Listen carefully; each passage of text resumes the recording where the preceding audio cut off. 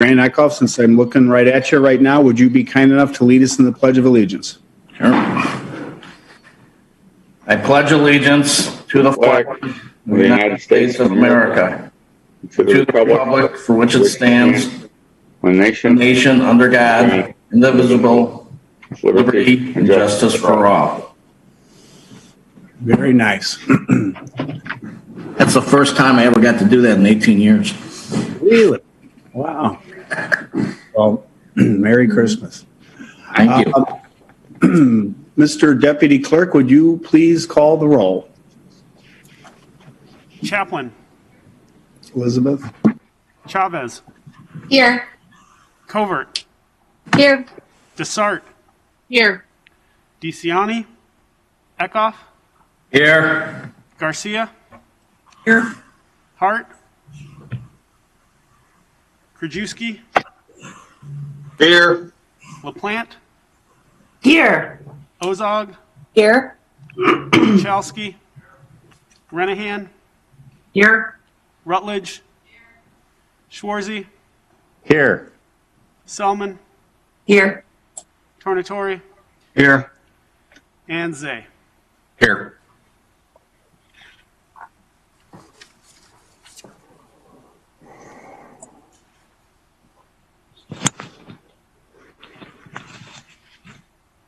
You're muted, Mr. Chairman. Mr. Deputy Clerk, do we have a quorum of those present at the location, physically present in the boardroom? No, Mr. Chairman. Okay. So I have to go to a special little dialogue here. Give me 1 second to click on that tab.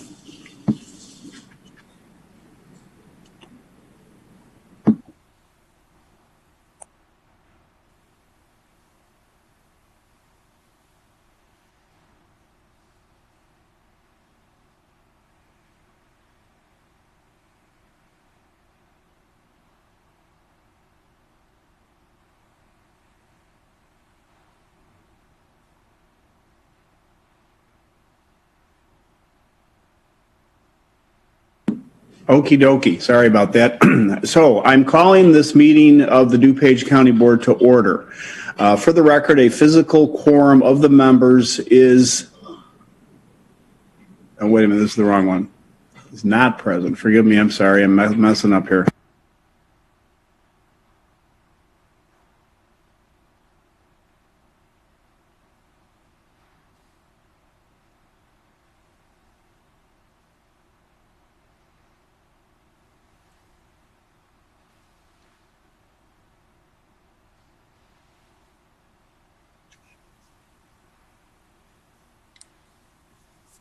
I think you're okay there, Mr. Chairman, because a physical quorum is not present at the meeting. So I believe, I'm reading it too. I believe that was a proper one. I think there's some terminology. Mr. Assistant State's Attorney, I'm sorry, I can't locate the terminology at the moment. Just for the record, can you advise? Sure. We will conduct our business today, but we have to acknowledge that there's not a quorum physically present. Mr. Yes. State's Attorney, there he is. I'm looking at him. Just for the record, your recital would note that a physical quorum of the members is not present. However, Section 7E of the Open Meetings Act permits members to attend remotely. Myself, as your Chief Legal Counsel, is physically present, along with Nick Kottmeyer, your Chief Administrative Officer, and there are at least one member of the committee here in the room at the meeting location. In-person attendance and public comments are permitted, and subject to attendance limitation is required to ensure the health and safety of those who attend. And that's the remainder of what my suggested recital would be. Yes, thank you. That's what I intended to recite. Thank you very much. So we'll move on to the next order of business entitled Chairman's Remarks, followed by public comment, and then we'll get into the business of the meeting. So I just want to say good morning. Thank you all for attending this special call meeting to disperse funds received through the CARES Act in response to the COVID-19 pandemic.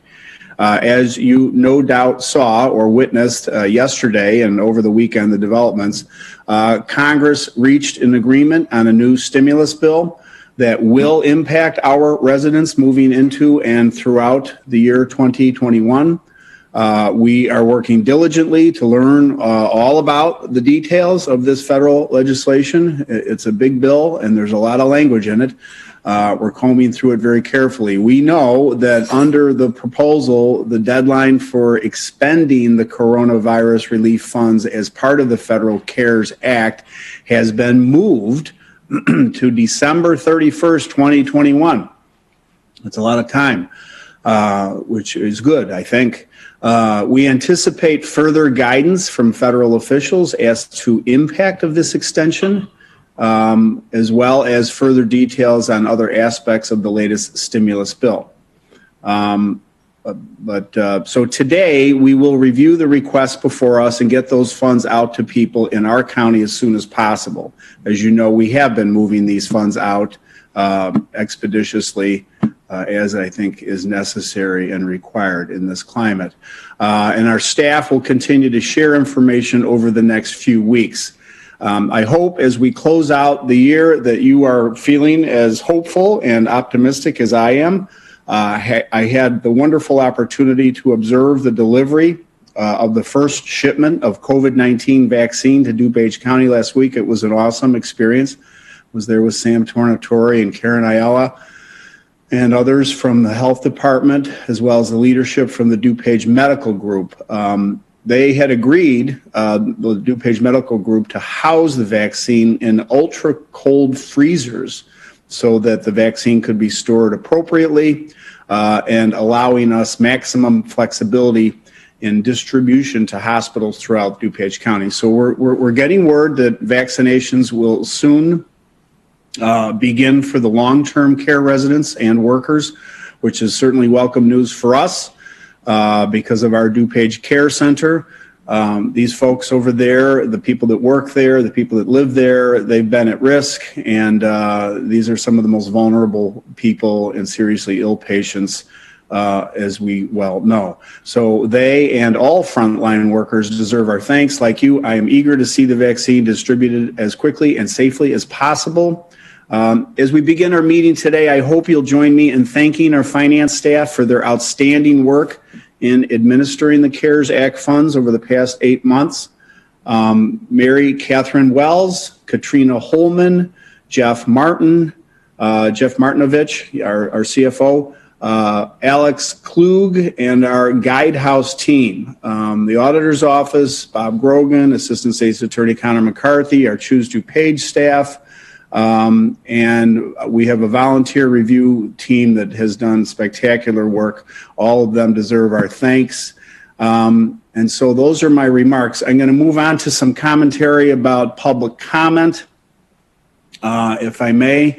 As you know, public comment is the point in our meeting where we welcome people from the public to offer their thoughts to us. We're open and transparent body. We welcome citizens and taxpayers and others who want to share their ideas, thoughts, concerns with us.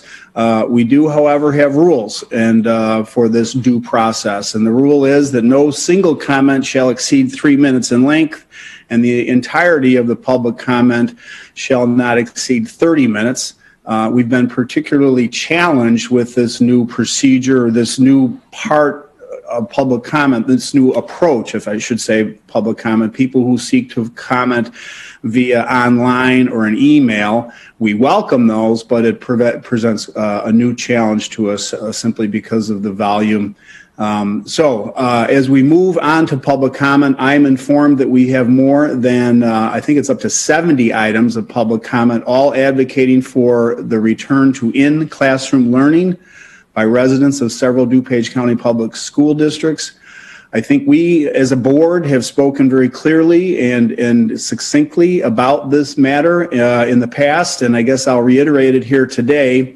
When it comes to school districts making decisions as to whether students attend class in person or remotely, those decisions rest squarely with each individual school superintendent, school board, and leadership team. The DuPage County Board does not have any role in these decisions. Our responsibility comes with the Public Health Department, who offers guidelines and is a resource. but the decisions as to whether or not to hold in-person teaching and learning, that is wholly and completely up to the individual school district. Some schools, as we know, have taken on the challenge, and it is a very, very awesome challenge. Some schools have done this, and they have met the challenge. They have adhered to public health guidelines. They have monitored the cases, and they have made offering in-person learning of paramount importance, and they've made that commitment. Other school districts have declined to do so at various points. These, again, are individual district decisions. As the language of these public comments are very similar, we will read as many as we can, up to 30 minutes. At that time, we will discontinue reading these comments and simply read the names of all who have expressed a similar opinion and include their submitted public comments in the minutes of this meeting. So all of these public comments will be part of the public record. We will welcome them into our meeting as we are guided by law to do so. I'm informed that there is no other public comment submitted on any other topic today. So with that understanding and with that sort of framework, if I may, I'd like to ask the state's attorney, our assistant state's attorney, Connor McCarthy, if you'd please begin to read the public comment. First public comments from Rebecca Harpster. It's regarding leadership needed to change DCHD return to school framework. Dear DuPage County Board, please advocate for your county school districts who feel it's impossible to go against the DuPage County Health Department guidance that says schools should be remote in times of high COVID transmission. You've passed the buck and said that the power rests with each individual school district, but as our district said, quote, "We don't make it a habit to go against the advice of the health department. Please use your leadership capabilities and have the health department change their return to school framework. In-person learning should be prioritized, and in times of high transmission should be mitigated with masks, distance as much as possible, healthy hygiene, cleaning, disinfecting, screening for symptoms, and contact tracing. The health and safety of an entire generation is on your shoulders. You have the power to make change. Thank you." Next comments from Michelle Showmaker. It's regarding schools reopening. It says, please reconsider your approach and direction regarding schools reopening for in-person instruction. I reside in a district that feels strongly that they cannot go against the DuPage County direction. Please provide direction that it is indeed safe to be in school in person with the now prominent direction from the specialists worldwide. It is fact that the transmission is not happening at schools and in high school or youth sports. The entire mental health crisis and education of an entire generation of kids is in your hands. You owe it to these kids to tell the districts it is safe to be back in school and all of their activities. Do you want the rising cases of depression, isolation, or suicide on your hands? My kid's district is not leading, so I beg for your leadership now. Thank you for your time. Next comments from Liz Haywood. It's regarding return to school framework. It says, please reconsider the county's recommendation for remote learning. Because our district defers to the local health department for guidance, it has been almost a year since our kindergartner and first grader have received meaningful in-person learning. Due to the negative effects that excessive screen time had on my son, I now primarily homeschool. Despite hiring tutors and doing everything in our power to keep learning going, my children are suffering. Fortunately, I know my children will be okay because they have adequate support. I'm writing to highlight the fact that school closures have unfairly impacted the most vulnerable students, those with special needs, those with single-parent and non-English speaking households, and those with underlying mental illness. Without immediate intervention and change, school closures will continue to cause unnecessary harm to children in the county. Please do everything in your power to promote safe in-person learning at every school in this county. Thank you for your time. Next comments from Sherry Romano. It's regarding Open District 205. It says, to whom it may concern, I am begging the county board to use science and common sense to help the Board of Health make the decision to get our children back to school. The science has proven over and over that school is not a spreading event. We can safely return to school full-time while keeping our children, teachers, and staff safe. The emotional toll on these children is becoming unbearable, and the academic lags are profound. Our children's mental health is in your hands. Please help us. The next comments from John Cushing. It states, please take, regarding in-person learning for District 205. It says, please take leadership role. This leadership role Superintendent David Morey is so obviously incapable of for District 205 in Elmhurst. Our children need to be in school. Every data point shows that schools are not super spreaders and the risk can be mitigated for teachers, staff, and our students. We may not be able to undo the damage that's already been done to our children, but we can move forward as so a lot of O's on that, so many schools around the world have successfully done. Thank you for your support. Next comments from Kate Subramanian. It's regarding public health guidelines for returning to in-person learning. It has two emojis pointing to the word action item. It says the DuPage County Board called a special meeting for Tuesday, December 22nd at 9 a.m. Please advocate for your school districts that will not go against your guidelines. Our District 205 will not go against your guidelines, and our kids are suffering greatly, mentally, physically, and academically. These kids cannot take much more. We need your action to help us. Public health is about more than just one disease such as COVID-19. A person's whole health needs to be prioritized, and our children are suffering. We have learned that this disease is not being spread in schools. Please use your leadership capabilities and have the health department change their return to school framework. In-person learning should be prioritized in times of high transmission and should be mitigated with mask, distance as much as possible, healthy hygiene, cleaning, disinfecting, screening for symptoms, and contact tracing. The health and safety of an entire generation is on your shoulders. You have the power to make change. Thank you. Next comments from Nirali Gia. It's regarding in-person school. It says our students need to be in school in person. Remote learning is not successful. Mental health issues are on the rise. Children are not vectors. I'm a physician whose pediatric colleagues that I have frequent conversations with agree that our kids need to be back in school in person 5 days a week. Please guide District 205 to change that supported plan. Our private schools are 5 days a week, fully in person with lunch and snack breaks. Why are public school students being held to a much lower standard?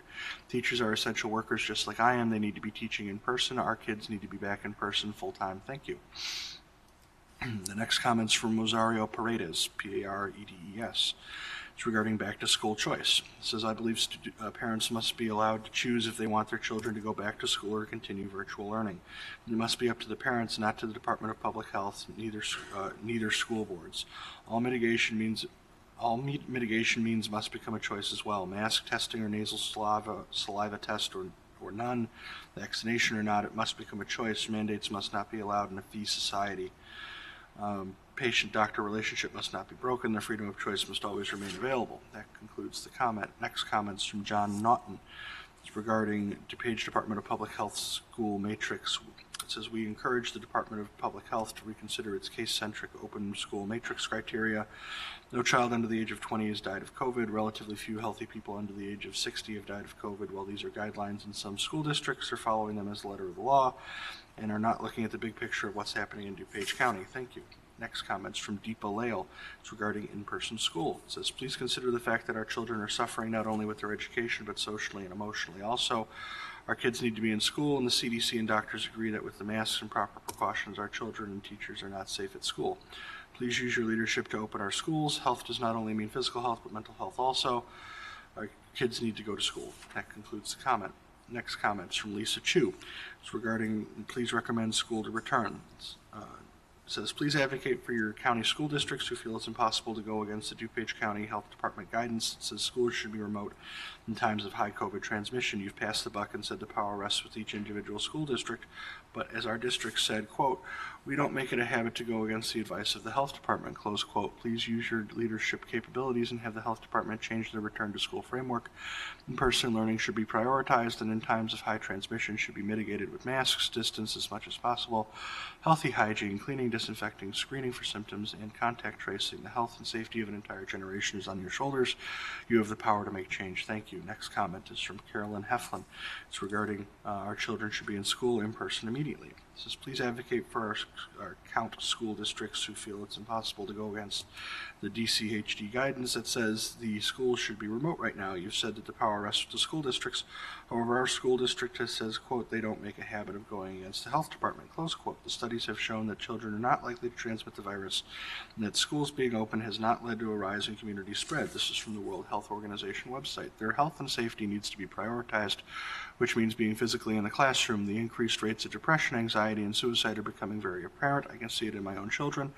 The health and safety of an entire generation is in your hands. You have the power to make this change. Please strongly consider advocating for our children and sending them back to school where they belong. Next comments from school. It's from Michael Lenarcy. It's regarding school district guidance. It says, please advocate and recommend that all schools return to in-person learning on a full-time basis. Current guidance at the county health department is conflicting with guidance at the national level, which is creating confusion for local school districts. The education of our children is essential, yet it has been completely neglected for almost a year now. The children are suffering, and there are real consequences for them in the short term and long term if this goes on. We cannot abandon our children as a society and need to respond more urgently to these needs. There are numerous examples of in-person instruction being safe with simple protocols such as masks, distance, sanitizing, and proper hygiene. These protocols align with the CDC recommendations, which should be the guiding voices in this stage of the pandemic. The children simply cannot absorb this treatment any longer. Next comment is from Tricia Fisher. It's regarding guidance for schools. It says, I'm writing to urge this board to work with the health department to change the return to school framework. Full-time in-person learning is working in countless districts near and far and should be prioritized and deemed essential. Since April, there has been a significant amount of data showing that children and the vast majority of teachers are at virtually zero risk from an adverse event from COVID. In addition, there is little to no evidence that schools are in any way super spreader events, so the fear of the community spread is also unfounded. Most importantly, there is growing evidence of the harmful and neglected mental and health impact from continuing to isolate children via virtual schooling, increased depression, mental health issues, and suicidal thoughts. It seems that in an effort to strive for an unrealistic, risk-free situation for children and teachers, District 205 and Elmhurst has created greater unintended consequences and risks. Please do the right thing. Our children are depending on you. Next comment is from Melissa Yaroz, Y-A-R-O-Z-O-S-Z. It has several emojis pointing to the word action item for DuPage County residents. It says, please return our kids to school in person full-time for those that choose to do so.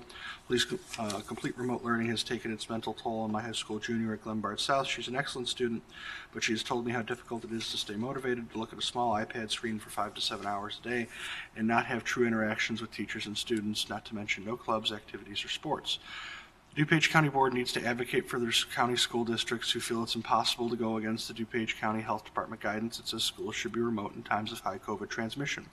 Many districts feel their hands are tied because it's not in their best interest to go against the advice of the Health Department and the DuPage County Board.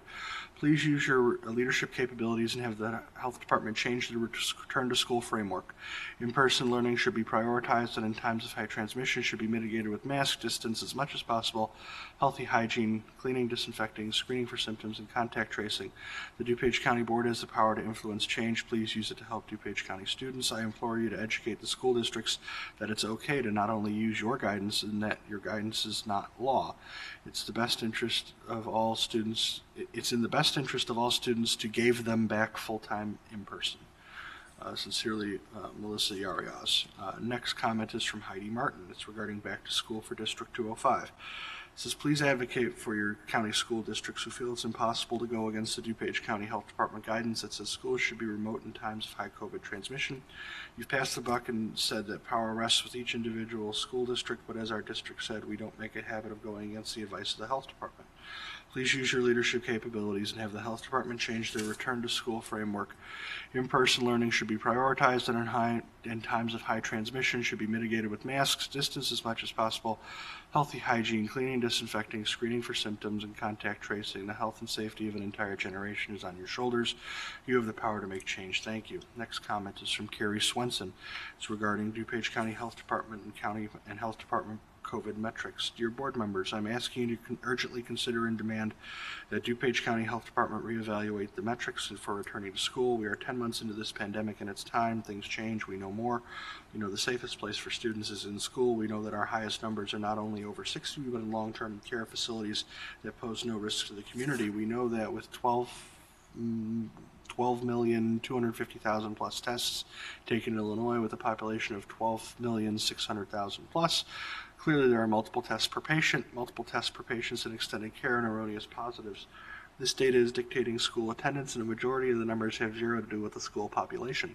They directly add to the positivity rate in cases per 100,000. A person can only be a risk once and not at all while living in a care facility. Look at the other local schools, look at schools nationally. Opening up and actually makes numbers go down in communities.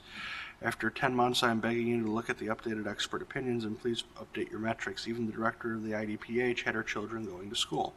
It is safe. Schools are prepared to maintain district safety protocols. Our county health department has antiquated metrics that are preventing openings. The children in DuPage County are dying, attempting suicide, being medicated at a pace no one has seen before. Drug use, severe and acute depression, anxiety, and loss of hope, motivation, and engagement.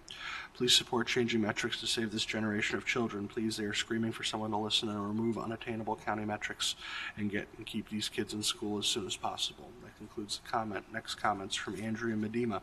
It's regarding return to in-person school. It says the DuPage County Board needs to advocate for their county health districts who feel it's impossible to go against the DuPage County Health Department guidance that says schools should be remote in times of high COVID transmission.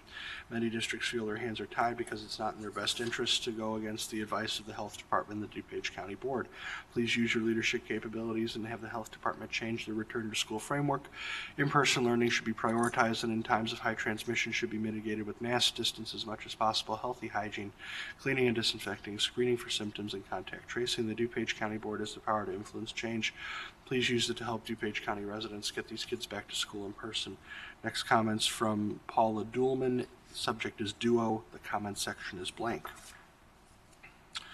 Next comment is from Jen Pickering. It's regarding back to school. It says you need to get our kids back to school. There is a 0.000103% chance of them dying from COVID. So far in the United States, there are 113 deaths under the age of 19 from COVID. In the last flu pandemic, there were 477 kids under the age of 19 that died from the flu. What did we do then? Did we shut down schools and sports? No, we did not. We let our children live and be free. Enough is enough. We are in over 10 months of this nonsense. Children are not dying. They are getting a cold for 3 days. It's an infringement on their right to an education. You must open up schools full-time and in person now. Also, masks do not work. There is no scientific proof that they help slow the spread of the virus. The particles of COVID are so small that they go through a bandana that you can buy at a dollar store, a t-shirt that you have made into a mask, and a surgical mask that is not meant to prevent the spread of infectious diseases. You need to give us our freedom back. This is not America. You are infringing on all of our rights and not allowing us to be free in beings. If people are afraid they have the choice to stay in, wear a mask, and social distance, the rest of the population should be able to go about their business as they wish. As a free American, stop the madness. Next comments from Nathan Gack, GAC. It's regarding help reopen schools. It says, please use your leadership capabilities and have the health department change the return to school framework. In-person learning should be prioritized, and in times of high transition should be mitigated with mask distance as much as possible, healthy hygiene, cleaning and disinfecting, screening for symptoms, and contact tracing. That concludes his comment. Next comments from Derek Carlson. It's regarding return to school at Downers Grove South. While we all understand the world we live in at the moment, I feel that District 99 Board is not looking out for the best interest of our children. I coach baseball in town, and we've had zero issues with COVID. We wear mask, distance, and advise the team to use hand sanitizer and wash their hands as often as possible. This is the same for indoor workouts or outdoor activities. We've been doing both with great success. These children need normalcy as it's infecting them all psychologically, and there is nothing showing any reason for the remote learning. I commend districts around us for doing what's right for these kids. Explain how everyone is holiday shopping like it's 2019, but our kids are working from their bedroom, dining room table, or just struggling to connect. Their grades are failing, their mental state is at risk, and the board is showing zero signs of what's in their best interest and is failing our children. I'm not sure what back office deals are being made, but I'm sure someone with it will get a heavy conscience and let it out. It's sad and just politics over our children. Next comment, Catherine Garrity. It's regarding DuPage County Health Department needs to help reopen schools. I have done my best to respect the diverse opinions regarding COVID-19 over these past few months. However, the ER nurse that wrote this brilliantly sums up a very common train of thought. Please take politics out of it and read it with an open mind using common sense. Is there anyone out there who can tell me what our end game is with the COVID-19? What is the magic formula that's going to allow us to sound the all clear? Is it zero cases? The only way that will happen is if we just stop testing and reporting, which ironically Obama did with the H1N1 and it went away. Is it a vaccine? It took 25 years for a chickenpox vaccine to be developed. Smallpox inoculation was discovered in 1796, and the last known natural case was 1977. We have a flu vaccine that is only 20 to 60% effective, and less than half the U.S. population choose to get one. Roughly 20,000 Americans will die of the flu or the flu complications, or it will be mandated like other vaccines are mandated in order to attend school, travel to foreign countries, etc. We already have a growing number of anti-vaxxers refusing proven, tested, and well-known vaccines that have been administered for decades but aren't necessarily safe. Do you really think people will flock to get a fast-track, quickly tested vaccine whose long-term side effects and overall efficacy are anyone's best guess? How long are we going to cancel and postpone and reconsider? You aren't doing in-person school until the second quarter or the second semester. What if January's numbers are the same as August's? IHSA moved football to spring. What if next March is worse than this one? When do we decide the quality of life outweighs the risks? I understand COVID can be deadly or very dangerous for some people, but so are peanuts, strawberries, or shellfish. We take risks multiple times a day without a second thought. We know driving a car can be dangerous, but we don't leave it in the garage. Many speed and still don't wear seatbelts. We know the dangers of smoking, drinking, and eating fried foods. We do it anyway. Is hugging grandma really more dangerous than a rush hour on the freeway? Is going out with friends after work riskier than a 4-day-old gas station sushi? Or operating a chainsaw? When and how do we so quickly lose our free will and give up our liberty? Is there a waiver somewhere that I can sign that says I understand the risk, but I choose a life with hugs and smiles in the state fair and go to church and hug my mom in her retirement home? I understand that there's a minuscule possibility that I could die, but I will most likely end up feeling like crap for a few days. I understand I could possibly pass it to someone else if I'm not careful, but I can pass any virus to somebody else. I'm struggling to see where and how it ends. We either get busy living or we get busy dying. When God decides it's your time, you don't get any mulligans. So I guess I would rather spend my time enjoying it and living in the moment and not worrying about what ifs and maybes. And I know I'm not the only one. As the song goes, we have to live like we're dying. When can our children start living again? That concludes the comment. Next comment's from Heather Bolden. It's regarding recommendation to return to in-person instruction. It says it's the DuPage County Board's responsibility to advocate for county school districts who feel it's impossible to go against the DuPage County Health Department's guidance, which states schools should be remote in times of high COVID transmission. Many districts feel their hands are tied because it's not in their best interest to go against the advice of the Health Department and the DuPage County Board. Our children are suffering from mental health issues and are lonely. This is related to health as well as the DC and the DCHD needs to take this into consideration when offering guidance. Our children deserve a quality education, and it's for certain they are not receiving this under remote instruction. Review the latest MAP test scores, and you see the sharp drop in progress. Please use your leadership and advise the Health Department to change the return to school framework. In-person learning should be prioritized, and in times of high transmission should be mitigated with masks, distance as much as possible, healthy hygiene, cleaning and disinfecting, screening for symptoms, and contact tracing. Recommend implementing saliva tests in school, and there's a link to an NBC Nightly News video. Next comment is from John Gorman. It's regarding Need Advocate. It says, to the board, asking for the DuPage County Board to advocate for their school districts who feel it's impossible to go against the DuPage County Health Department guidance that says schools should be remote in times of high COVID transmission. Many districts feel their hands are tied because it's not in their best interest to go against the advice of the Health Department and the DuPage County Board. Please use your leadership capabilities and have the Health Department change the return to school framework. In-person learning should be prioritized, and in times of high transmission should be mitigated with masks, distance as much as possible, healthy hygiene, cleaning, disinfecting, and screening for symptoms and contact tracing. The DuPage County Board has the power to influence change. Please use it to help the DuPage County students get back into school full-time as the hybrid and remote at-home models are failing our students. John Gorman, parent of DGS Jr. Next comment is from Robert Schwarink, SKWAREK. It's regarding urgent reentry of U46 students required. Hi, my daughter and son are high school students at District U46. Please consider these points in your next meeting, as my kids' freshman and senior years waste away with them learning through computers instead of in a classroom. Thank you. The DuPage County Board needs to advocate for their school districts who feel it's impossible to go against the DuPage County Health Department guidance that says schools should be remote in times of high COVID transmission. Many students feel their hands are tied because it's not in their best interest to go against the advice of the Health Department and the DuPage County Board. Please use your leadership capabilities and have the Health Department change the return to school framework. In-person learning should be prioritized, and in times of high transmission should be mitigated with masks, distance as much as possible, healthy hygiene, cleaning, disinfecting, screening for symptoms, and contact tracing. The DuPage County Board has the power to influence change. Please use it to help the DuPage County students. Regards, Bob Squarink. Next comments from Kelly Stone. It says, bring our kids back. Please bring our children back to school for at least the hybrid. They need that social interaction. It's also hard to make sure that they're still staying on task when they're on Zoom, as they can change the screen anytime.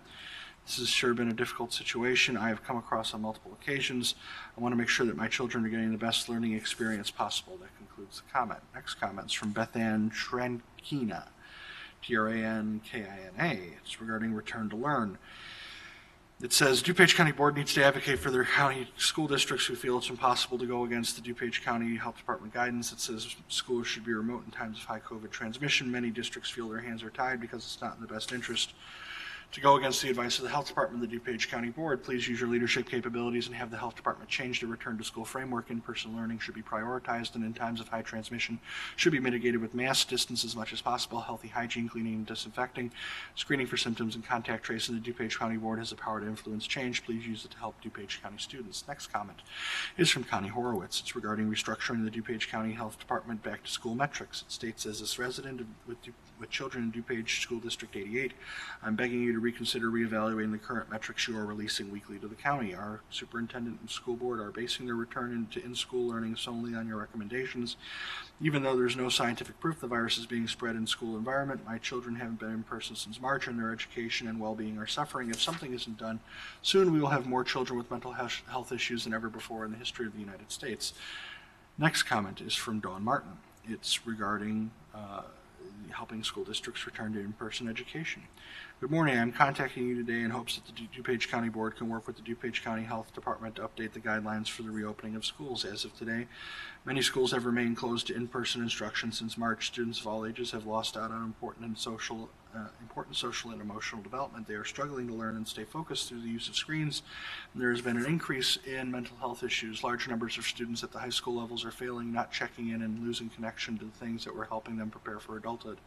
All these children need our support and deserve better from school districts, the county, and the state. Please work with the DuPage County Health Department to establish guidelines that prioritize in-person learning for all students. All students should be back in at least hybrid format by mid-January, with all students returning full-time in person for the fall. States around us are accomplishing this and are proving our youth matter. It's time DuPage County and Illinois do the same. Next comment is from Jennifer Rice. It's regarding full return to school.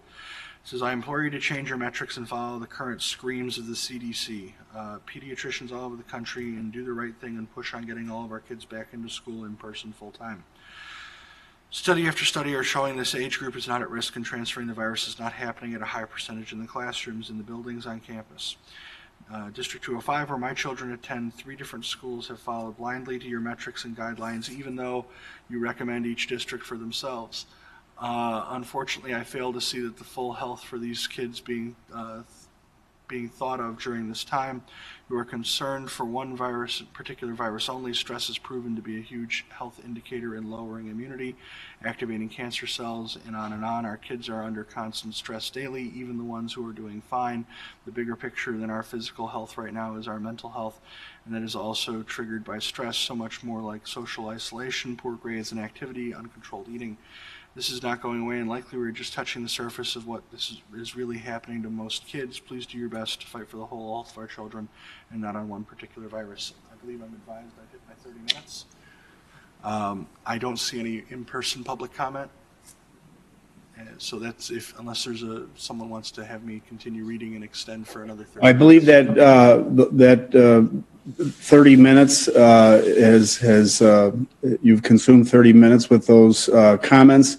Please be sure to include any remaining comments in the minutes with the names of the individuals that offered those comments. We thank all the folks that reached out and shared their thoughts with us on the issues of public comment today. We move on to the next order of business. Mr. Chairman. I'm sorry, Mr. Zay, I didn't see you there. Please proceed. Yes, thanks, Mr. Chairman. I'm going to object to cutting off public comment. We have sat through meetings and meetings and listened to hours of public comments, and I have to disagree with your comments. The Board of Health is appointed by this board. People have nowhere else to turn but to this board when the Board of Health is not hearing these comments. I heard there was over 200 public comments at the Board of Health meeting. I don't think we hear the desperation of these parents and the calls out for the health department to relook at the metrics. I have brought it up. These people are desperate. We've heard studies, we've seen studies that these schools are not super spreaders. These people took the time to make public comment. I think we owe it to them to listen to them, and maybe this will sink into the powers that be to relook at our metrics when the numbers don't justify these schools being shut down. And I know you said it solely lies on these superintendents and these school boards, but they go back to the Board of Health, and they say if the Board of Health is objecting and saying it should be remote, then their lawyers are saying you can't go against the Board of Health. So that's the quandary we're in right now. And I think they need the time to hear this, and maybe this will sink in, and that maybe our Board of Health, who we appoint, who we hear their budget, who you have the right to veto their budget, that we've given $17 million to over this pandemic, that we should take the time to listen to these parents, hear the desperation that they have. And I'm one of them that thinks these schools should be reopened in hybrid, and take the time to listen to the rest of these public comments today. Well, okay. I mean, I respectfully disagree with you, Member Zay, with respect to your view of the guidelines. I know that the guidelines are based on public health and CDC, and there are some schools that can comply. There are some schools, in fact, your alma mater, Jim, they're holding in-person classes both at the grade school and the high school, Timothy Christian schools. There are other public school districts and other parts of the region that are holding in-person classes. It is absolutely positively not the prerogative of the health department to direct schools as to whether or not they hold in-person learning. That is a decision. Now, whether they can make the commitment and the sacrifice that is required to do that, it's hard work, no question about it. But it can be done, and there are schools that are doing it. So to go on with this repetitive public comment that is based on data that I believe is inaccurate, I think is of very little value. But I mean, if we want to go on and continue, I'm open to it. I always am here to accommodate the will of the majority of the board members. I see Member Ozog seeking recognition. Thank you, Mr. Chairman. First of all, I served for 8 years on the Glenbard District Board, and I really want to reinforce that one of our most important government relationships is the fact that we do have local school districts, okay? And this is a very challenging time for the school districts, and I have sat in those seats. But first of all, I do know that Glenbard is discussing hybrid going back in January. We are at break right now. And I wanted to talk about last week's public participation, Mr. Chairman. The first two speakers were allowed to speak for 12, 15 minutes. I don't know. I think we need to have public participation under some kind of control. I think we should discuss the 30-minute rule, because I do think we should hear more discussion depending on what the issue is. I'm going to save that for another time. But for today, these people are clearly cutting and pasting, and this is not a decision that we can make. These school boards are choosing to follow public health guidelines. We can't force the public health department to change their guidelines or to change what they're reporting under this pandemic. So I believe that today, I'd like to move that we close public participation for today. We have heard repetitive comments that are saying the same thing about something that we are not in charge of. This is an issue for school boards, and these people have been at school board meetings, I can assure you, but we are not able to do anything about this today. And I do think we need to have some discussion about our public participation starting in January. But for today, I'd like to move that we do not continue with public participation about this issue today. Second. Okay, there's been a motion and a second. And there may I have a question. Who else is seeking recognition? Forgive me, I don't have everybody's screen up on my computer. Member Covert. Thank you, Mr. Chairman. I agree that we do have a big meeting on January 12th at our next public meeting, and we have a lot of public comments lined up for that as well. And I'm sure there's going to be a lot more discussion on the issue. And I understand why we can't have public comment today. But I do want to add, I do respectfully disagree here with the comment that the county board has nothing to do with this issue. In my district, there was a rally 2 weeks ago in District 5. And what the school board, my understanding of their issue was they are dependent on the county health department's guidelines. And the county health department was saying, this is what was told to me, that they were recommending that schools be remote learning. And they said that the county public health department had recommended 100% remote learning. And that is a recommendation that is being put out by our health department. The county health department is under our purview. It is under our jurisdiction. We do decide their budget. We do make decisions for them and the appointments there. So I think we do have influence, and we do have a little bit of authority over here to communicate with the health department.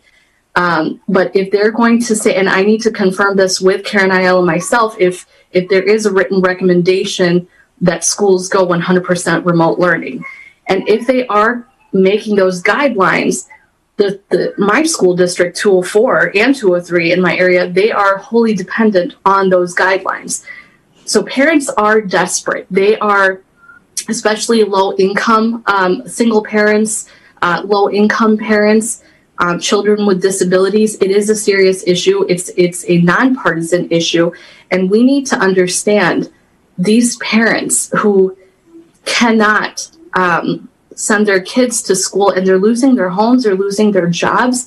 This is a serious problem. It's not a Democrat or Republican issue. And we need to start empathizing with the people, and we need to start listening, because if we don't, these mental health issues of these children are going to get worse, and it's going to have an impact on our society in the long run, in our county in the long run. And we need to understand the damages that this is going to create. So we do need to listen to people. I understand we can't do that today, but I would like to listen to all the public comments in the January meeting. Thanks. Okay, thank you. It appears that Member Ozog is seeking recognition. I don't know if there's any other member seeking recognition. Member Chaplin. Member Krajewski. I'd like to go to other members for a first time before I go back to a member for a second time. Member Krajewski, please proceed. Sure. Thank you, Mr. Chairman. This is just on the motion to cut off public comment. We've been hearing public comment for 6 months. We've been hearing hours and hours on repetitive comments. So, it's kind of hard for us to say no now on the topic, but we really need to.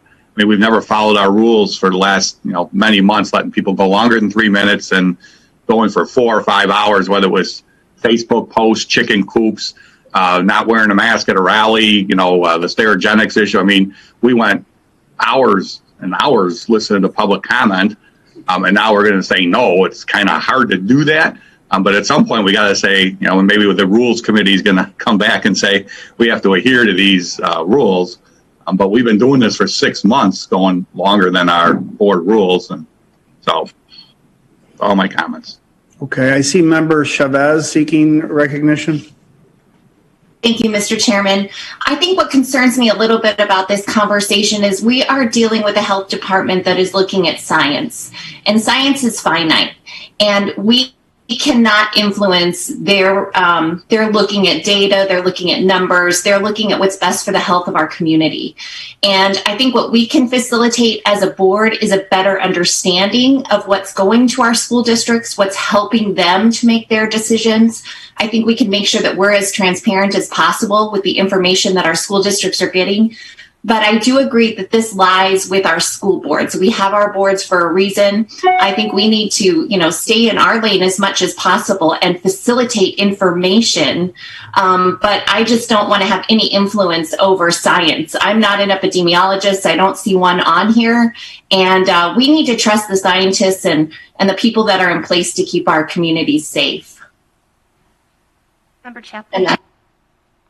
Thank you. Anyone else seeking recognition? Member Ozog? Member Chaplin, please. Oh, forgive me. I can't see you.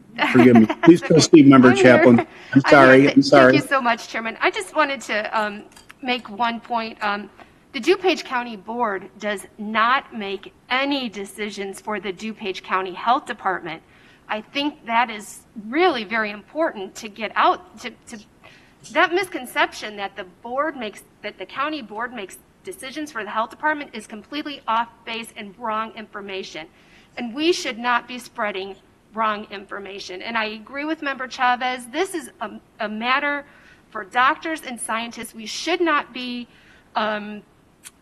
we should be going with the science and following that. And children that go to school, they may not get sick, but they bring it home and make others sick. And I don't know why it is so hard for people to understand this. So, I'm very concerned about the misinformation that is being spread in these public comments.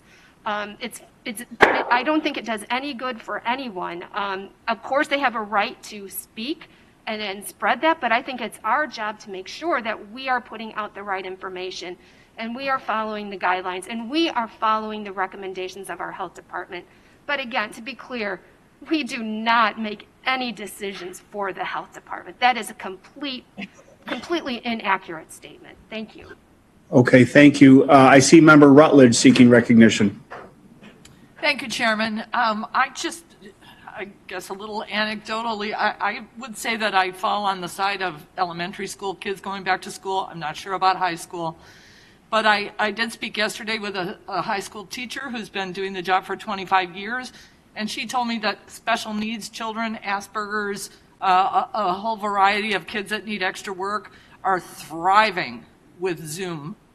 They're able to get more one-on-one. So I think that I just want to say that the statements that are being made today are blanket statements and do not apply to all of the students. And just wanted to make that point. Thank you. Okay. Member Ozog. Thank you, Mr. Chairman. I just want to reiterate, I noticed that Member Culvert used the word recommended at least 3 times. The school boards are choosing to follow the recommendations of our health department.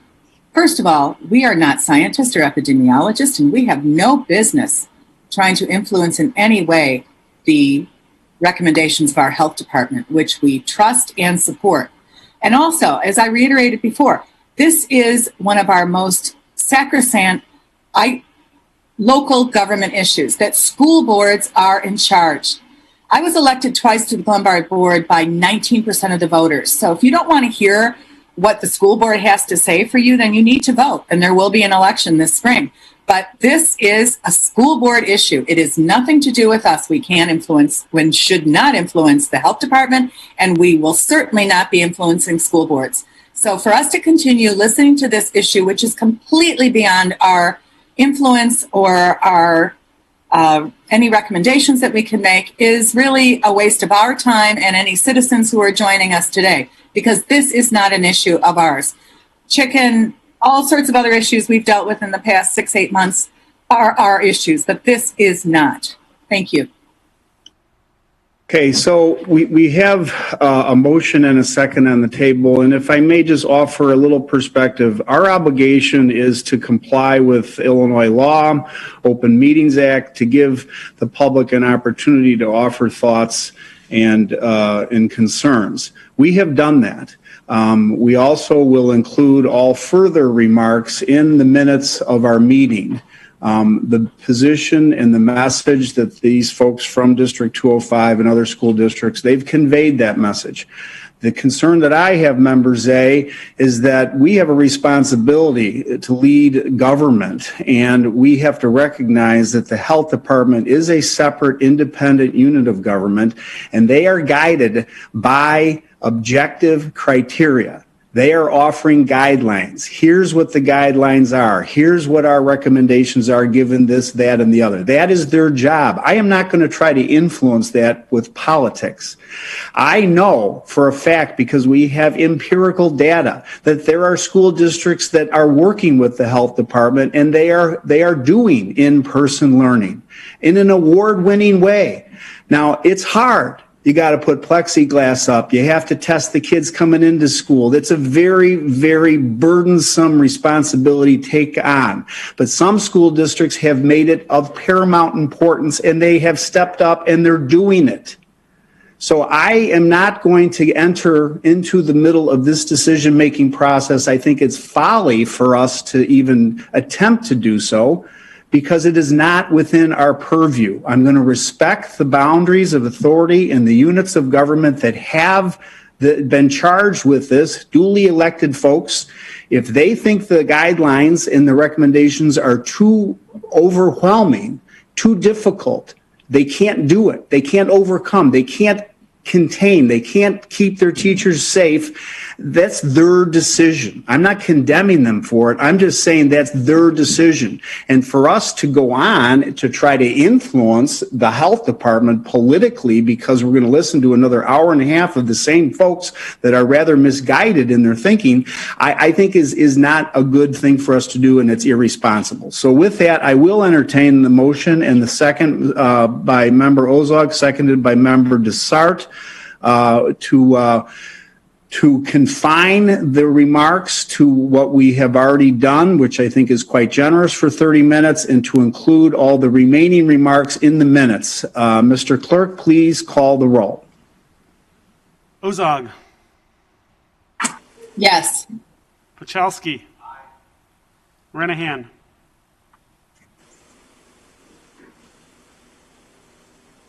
No. Rutledge. Schwarzy. Aye. Selman. Aye. Tornatore. I'm sorry, Tornatore. Aye. Zay. No. Chaplin. Chavez. Aye. Covert. No. Desart. Aye. DeCiani. Eckhoff. No. Garcia. Aye. Hart. Krajewski. No. LaPlante. Aye.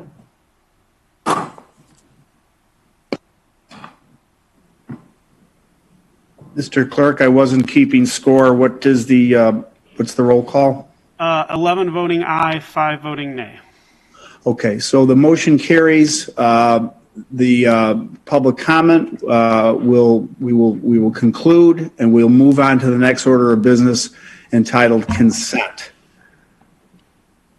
Is there a motion on the items under the agenda of consent? Is there a motion? So moved.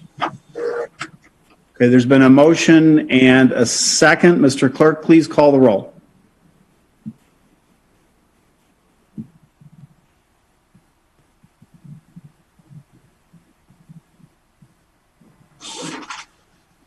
Say it again. Selman.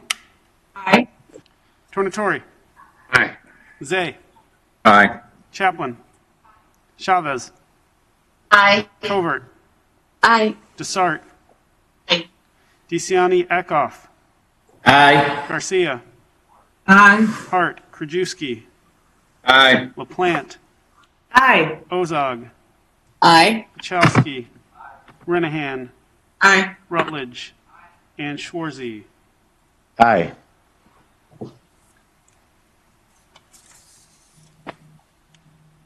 Okay, thank you, Mr. Clerk. On to the order of finance. Member Liz Chaplin. Thank you, Chairman. And if you don't mind today, if I stay seated so I can talk directly into the microphone so everyone can hear me? Sounds good to me. Okay, thank you. So I will move to approve FIROO 4421 resolution, approval of the issuance of payments to small businesses and independent contractors through the Small Business Relief Grant Fund Program administered by Choose DuPage in the amount of $2,462,319. This is a COVID item. Second.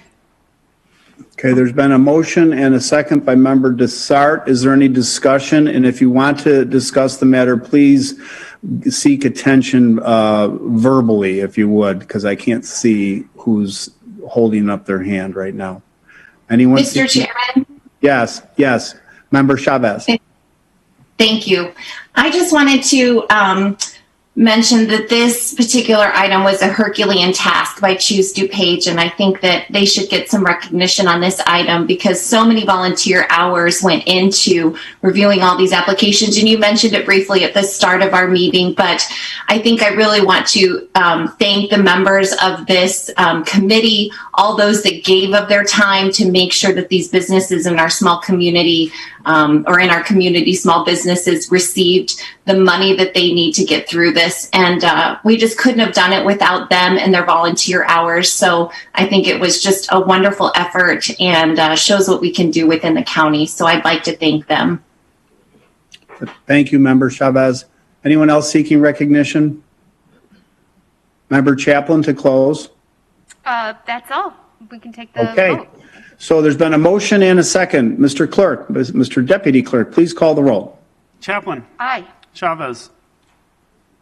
Aye. Covert. Aye. Desart. Aye. DeCiani. Eckhoff. Aye. Garcia. Aye. Hart. Krajewski. Aye. LaPlante. Aye. Ozog. Aye. Pachowski. Renahan. Aye. Rutledge. Schwarzy. Aye. Selman. Aye. Tornatori. Aye. And Zay. Aye. Okay, the resolution is adopted. Member Chaplin. Thank you, Chairman. I will move approval of FIR 004521, resolution approval of Fourth Amendment to agreement with Choose DuPage to administer the DuPage County COVID-19 Small Business Relief Fund COVID item. Second Desart. Okay, there's a motion and a second. Mr. Deputy Clerk, please call the roll. Chaplin. Aye. Chavez. Aye. Covert. Aye. Desart. Aye. DeCiani. Eckhoff. Aye. Garcia. Aye. Hart. Krajewski. Aye. LaPlante. Aye. Ozog. Aye. Pachowski. Renahan. Aye. Rutledge. Schwarzy. Aye. Selman. Aye. Tornatori. Aye. And Zay. Aye. Okay, the resolution is adopted. Member Chaplin. Thank you, Chairman. I move approval of FIR 004621, resolution temporary revision to the Personnel Policy Manual 5.4, sick time. This is a COVID item. This is flexibility with sick time, which expires 12/31 of this year, and we're extending it through March 30th of 2021. Second Desart. Okay, there's been a motion and a second. Mr. Deputy Clerk, please call the roll. Chaplin. Aye. Chavez. Aye. Covert. Aye. Desart. Aye. DeCiani. Eckhoff. Aye. Garcia. Aye. Hart. Krajewski. Aye. LaPlante. Aye. Ozog. Aye. Pachowski. Renahan. Aye. Rutledge. Schwarzy. Aye. Selman. Aye. Tornatori. Aye. And Zay. Aye. Thank you, Mr. Clerk.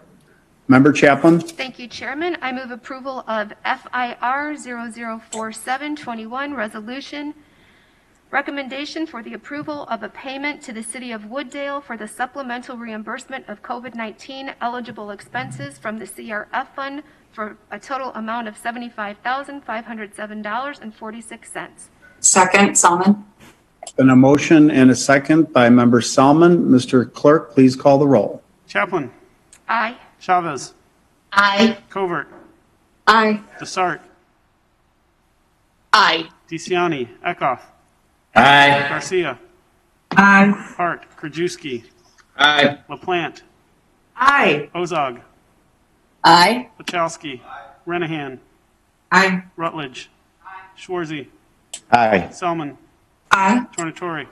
Aye. And Zay. Aye. Thank you, Mr. Clerk. Member Chaplin. Thank you, Chairman. I move approval on FIR 004821, resolution, recommendation of the approval of a payment to the Village of Itasca for the supplemental reimbursement of COVID-19 eligible expenses from the CRF fund for a total amount of $23,724.78. This is Second Salmon. Been a motion and a second. Mr. Clerk, please call the roll. Chaplin. Aye. Chavez. Aye. Covert. Aye. Desart. Aye. DeCiani. Eckhoff. Aye. Garcia. Aye. Hart. Krajewski. Aye. LaPlante. Aye. Ozog. Aye. Pachowski. Renahan. Aye. Rutledge. Schwarzy. Aye. Selman. Aye. Tornatori. Aye. And Zay. Aye. Thank you, Mr. Clerk. Member Chaplin. Thank you, Chairman. I move approval on FIR 0049-21, ratification of emergency procurement of goods and services, total amount $352,174. Second to start. And a motion and a second. Mr. Clerk, please call the roll. Chaplin. Aye. Chavez. Aye. Covert. Aye. Desart. Aye. DeCiani. Eckhoff. Aye. Garcia. Aye. Hart. Krajewski. Aye. LaPlante. Aye. Ozog. Aye. Pachowski. Renahan. Aye. Rutledge. Schwarzy. Aye. Selman. Aye. Tornatori. Aye. And Zay. Aye. Okay, thank you, Mr. Clerk. Member Chaplin? Thank you, Chairman. I move approval of FIR 005021, resolution recommendation for the approval of payment to York Township for the supplemental reimbursement of COVID-19 eligible expenses from the CRF fund for a total amount of $4,009.56. Second to start. Been a motion and a second. Mr. Clerk, please call the roll. Chaplin. Aye. Chavez. Aye. Covert. Aye. Desart. Aye. DeCiani. Eckhoff. Aye. Garcia. Aye. Hart. Krajewski. Aye. LaPlante. Aye. Ozog. Aye. Pachowski. Renahan. Aye. Rutledge. Schwarzy. Aye. Selman. Aye. Tornatori. Okay, thank you, Mr. Clerk. Member Chaplin? Aye. Oh, sorry. Tornatori, I didn't hear your vote. Sorry about that. And Zay. Aye. Aye. Got it. Okay, thank you, Mr. Clerk. Member Chaplin? Thank you, Chairman. I move approval of FIR 0051-21, resolution recommendation for the approval of a $5,000 payment to each of the 9 townships of DuPage County for the purchase of diapers, formula, and PPE for a total amount of $45,000. This is a COVID item. Second to start. Been a motion and a second. Mr. Clerk, please call the roll. Chaplin. Aye. Chavez. Aye. Covert. Aye. Desart. Aye. DeCiani. Eckhoff. Aye. Garcia. Aye. Hart. Krajewski. Aye. LaPlante. Aye. Ozog. Aye. Pachowski. Renahan. Aye. Rutledge. Schwarzy. Aye. Selman. Tornatori. Aye. And Zay.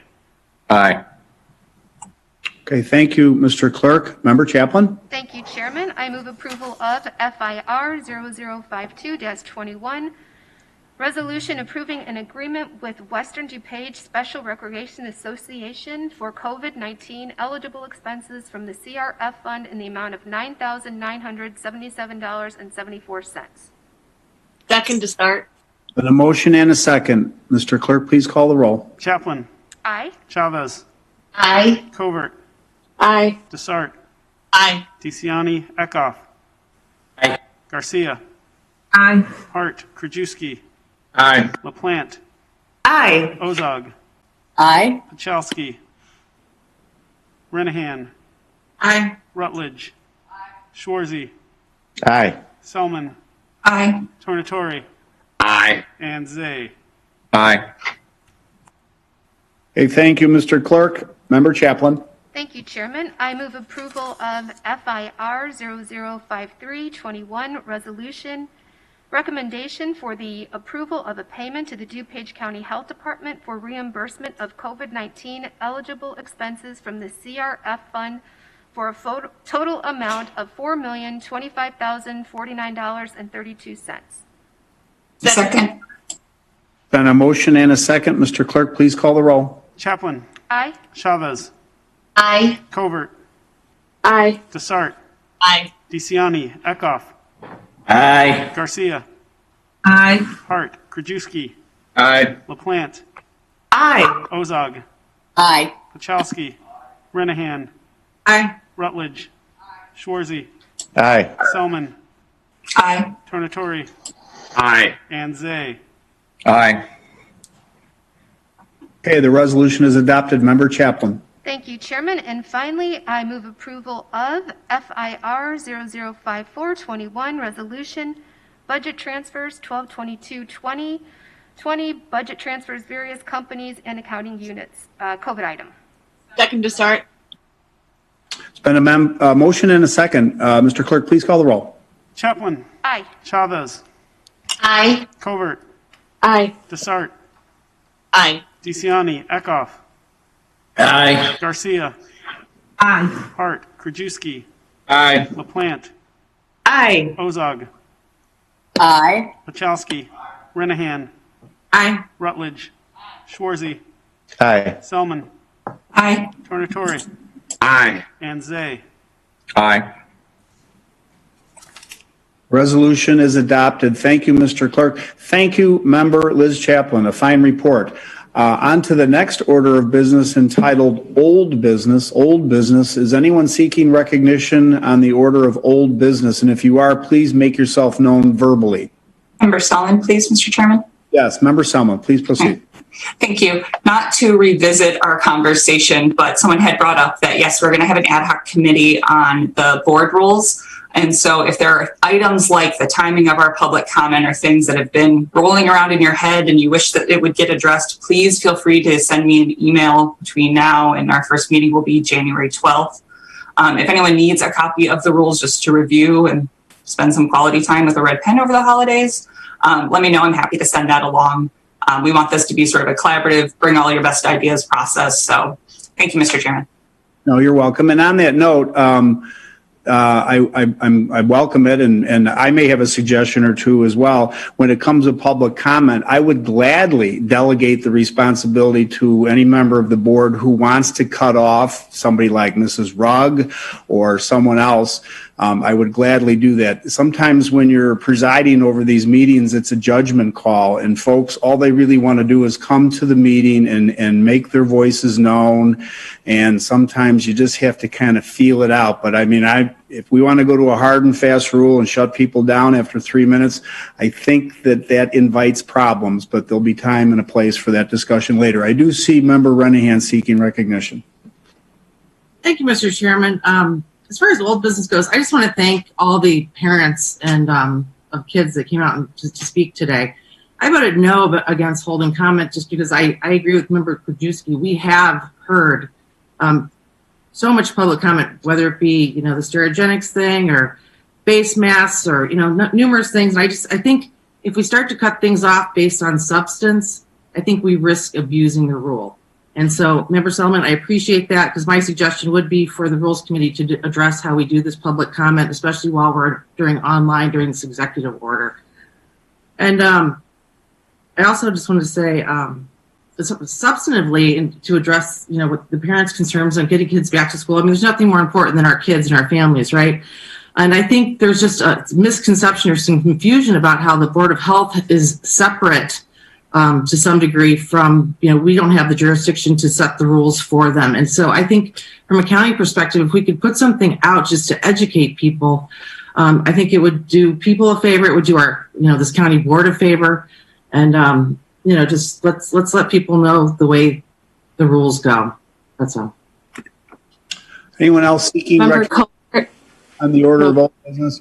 Member Covert. Member Covert, please proceed. Thank you. Now, I agree with Member Ranahan. Excellent points. I think there is a little bit of confusion out there, and we need to be clear as what the role of the county health department is. Because a lot of parents are coming to me and saying that, well, the county health department, they're in charge of people's health, and they're not there to make rules or recommendations for schools or legislate schools or how they operate. And they don't understand why statements are being made to have schools go remote learning or in person or hybrid or whatever the case is. And if that's the case, their perspective is that the health department should not make any statements pertaining to how schools operate. That should only be for the school boards. So when you go to the school boards say, well, it's it's the county health department. And then parents come to us and we're like, no, it's not the county health department. So we need to just listen to these parents and see where they're coming from and what relief we can possibly provide or help with, at least, because they don't know where to go. And it's really important to listen to them. So that's it. Thanks. Member Desart. Member Dessart, please proceed. Thank you. I just wanted to share with this board my concerns about the CARES Act money. Back in April, we got the federal government released $2 trillion in CARES Act funding, and DuPage County was lucky enough to receive over $161 million of that to help so many people in our county, businesses, health departments, PPE. We helped so many people, and I congratulate this board for doing that. What concerns me moving forward is that the new stimulus package is only $900 billion, and the state, municipals, local governments are not getting any of that. There is money for transportation, there is money for homeless housing, but we're not going to see the big paycheck that we received in April. So moving forward, I did vote for all of the resolutions today, releasing those CARES Act money, those CARES Act dollars, and I do believe the new administration coming in January may prompt a new, I know you hate this word, Julie, a more robust stimulus package, so we maybe see more money down the line. But I want to just share my concerns that I'd like to really hang on to the money left in our kitty, since we now have a full year, another year to spend these dollars on homelessness and on food banks and food pantries. Thank you. Very good. Mr. Chairman, Sam Tornatore. Please proceed, Sam. I refrained from commenting on the motion regarding public comment because I, quite frankly, was conflicted, given the fact that we have gone beyond the 30 minutes in past meetings. But I will tell you that at our last Board of Health meeting, for the new members, I serve as the president of the Board of Health, as well as a member of this board. We had over 225 public comments at our last Board of Health meeting. About 200 of them dealt with this very issue. They were cut and paste. We listened to all of them because we were advised by the state's attorney that we should, because we didn't have anything in the health department rules regarding a 30-minute limit. Also, in 1944, the health department was created by referendum. It was not created from the DuPage County Board, but a referendum of voters. It stands as an independent body. And while there has always been a synergy with the county board, to suggest that this board has any control over the health department is just not within the rules. Further, the suggestion that the health department isn't listening or empathetic to what's going on, I would just merely point out we listened to 225 public comments a couple of Thursdays ago. Further, to suggest that school boards are dependent on the health department, again, is a misstatement of what the facts are. The health department makes recommendations, just like your doctor does when your doctor tells you, don't eat too much red meat, exercise every day, and keep your alcohol intake to a minimum. And the fact that we don't or do has very little to do with the doctor, but our own choices.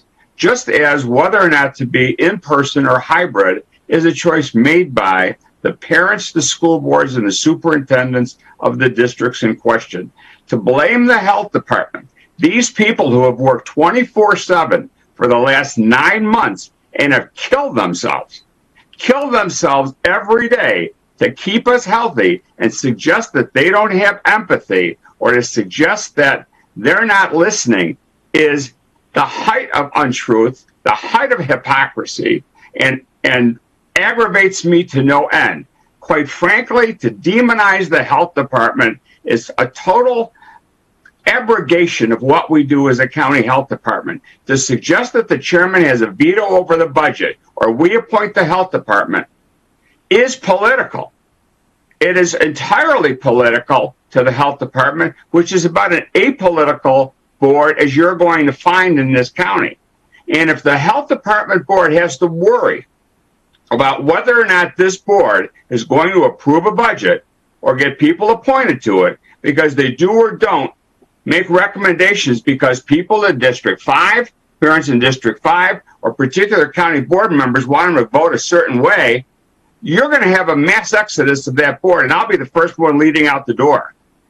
Now, you know what? It's time for all of us to realize we've got some problems with the pandemic. It's obvious. And And the people who are continuing to talk to us about wanting to not make this political are doing the very opposite, making it political.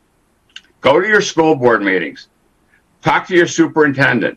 They're the ones who have the decisions. The DuPage County Health Department uses their metrics from CDC, metrics from IDPH, and metrics from the general public health community to make a recommendation. At that point, the decision to send your kids to school, keep them home, have a school district open or closed is entirely with parents and superintendents and school boards. To blame the health department is just misguided. And quite frankly, as the president of the Board of the Health, I am going to have their backs at every step. These people have worked very, very hard. They are taking shots every day from people, whether they be on this board or whether they're parents, criticizing what they do. And let me tell you, last Wednesday, when we opened up those 13,650 vials at DuPage County, at the DuPage, I can't think of the name. I lost my train of thought. A medical group. It was almost like waiting after 9 months of having a baby, because we opened those boxes, we saw a green light, and that meant that those vials were working. The people there were excited. The nurses, the doctors were excited. Karen Ayala was beside herself excited, because now we had the first glimpse of the end of the tunnel, and that light at the end of the tunnel wasn't the train. So, you know what? Let's take a step back. Let's look at what the health department does. Let's support the health department and what they do. And we can do that and still understand that kids should be in school. And I'm not saying that they shouldn't. That's an individual decision. It's probably best for those kids to be in school. But in the meantime, it may be safest for them not to be. And that's the suggestion from public health. Remember, this is public health. These are not politicians. These are not school board people. These are not people who are parents of kids, although they may be, but they're there to act in the public health best interest, and that's what they're doing. And I hope we can respect that. And I wish you all a happy holiday. Very well said, Member Tornatore. Anyone else seeking recognition? Member Zay. Of old business, Member Zay. Thank you, Mr. Chairman. You know, I think we got off point here. The public comments were about the health department and kids going back to school. Our vote was, and everybody talks about what other boards they were on and what else they did. I can tell you, from being on this board over 21 years, this is the first time this county board has ever voted to limit public comment to 30 minutes in 21 years I've been here. That's what it was about. When I hear members and the chairman say people are misguided and have wrong beliefs, what we did today was took their right away for their words to be heard in our meeting. That's all we were asking for. Like it's been pointed out, we have sat in the last 6 months and listened to hours and hours and hours. One time we limited it after we had sat there at 1:30, we limited public comment. We finally said, is that enough? After listening for almost 4 hours. This is what it was about. It was about limiting people's right to speak. That's all it was. And if we're going to change that, and all of a sudden, like you had said, Mrs. Rugg has nothing to do with us in the county. I've listened to her for 3-4 years now, that she's incorporated Itasca, but we listen because she has her concerns. She's passionate. Obviously, it bothers her. But when government stops listening to its people, that's a sad day. And that's what it was about today. Nobody said they didn't support it. We asked the health department to look at the metrics, look at what the parents are saying. Nobody said you had to do this. They're not elected, as we said. They are appointed by this board. So maybe people thought by turning to us, we have some kind of power. We don't. But the point was limiting public comment today. That wasn't about the health department's doing a bad job, not doing their job, not doing anything. It was basically about public comment and limiting those people from having their words read into the record today.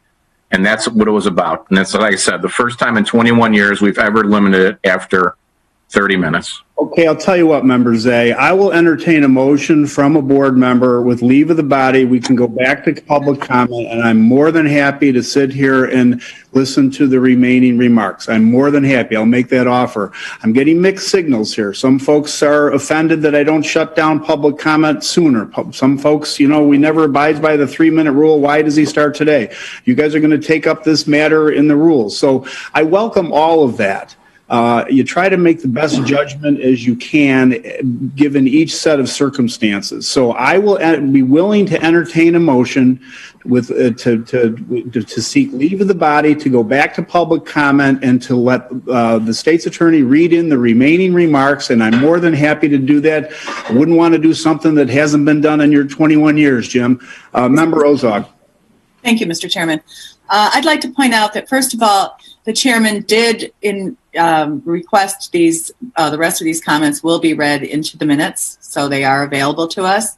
I think it was pretty obvious that they were very much cut and paste, saying something. But I think what's the different issue here, and I think Mr. Zay may want to maybe discuss this a little further, but I think this was one particular instance where we have no say over this particular issue. And I think that the public who are writing or were talking to us today are thinking that we can influence the health department, that we can influence school boards. And I will assure you that these people are showing up en masse at their school board meetings.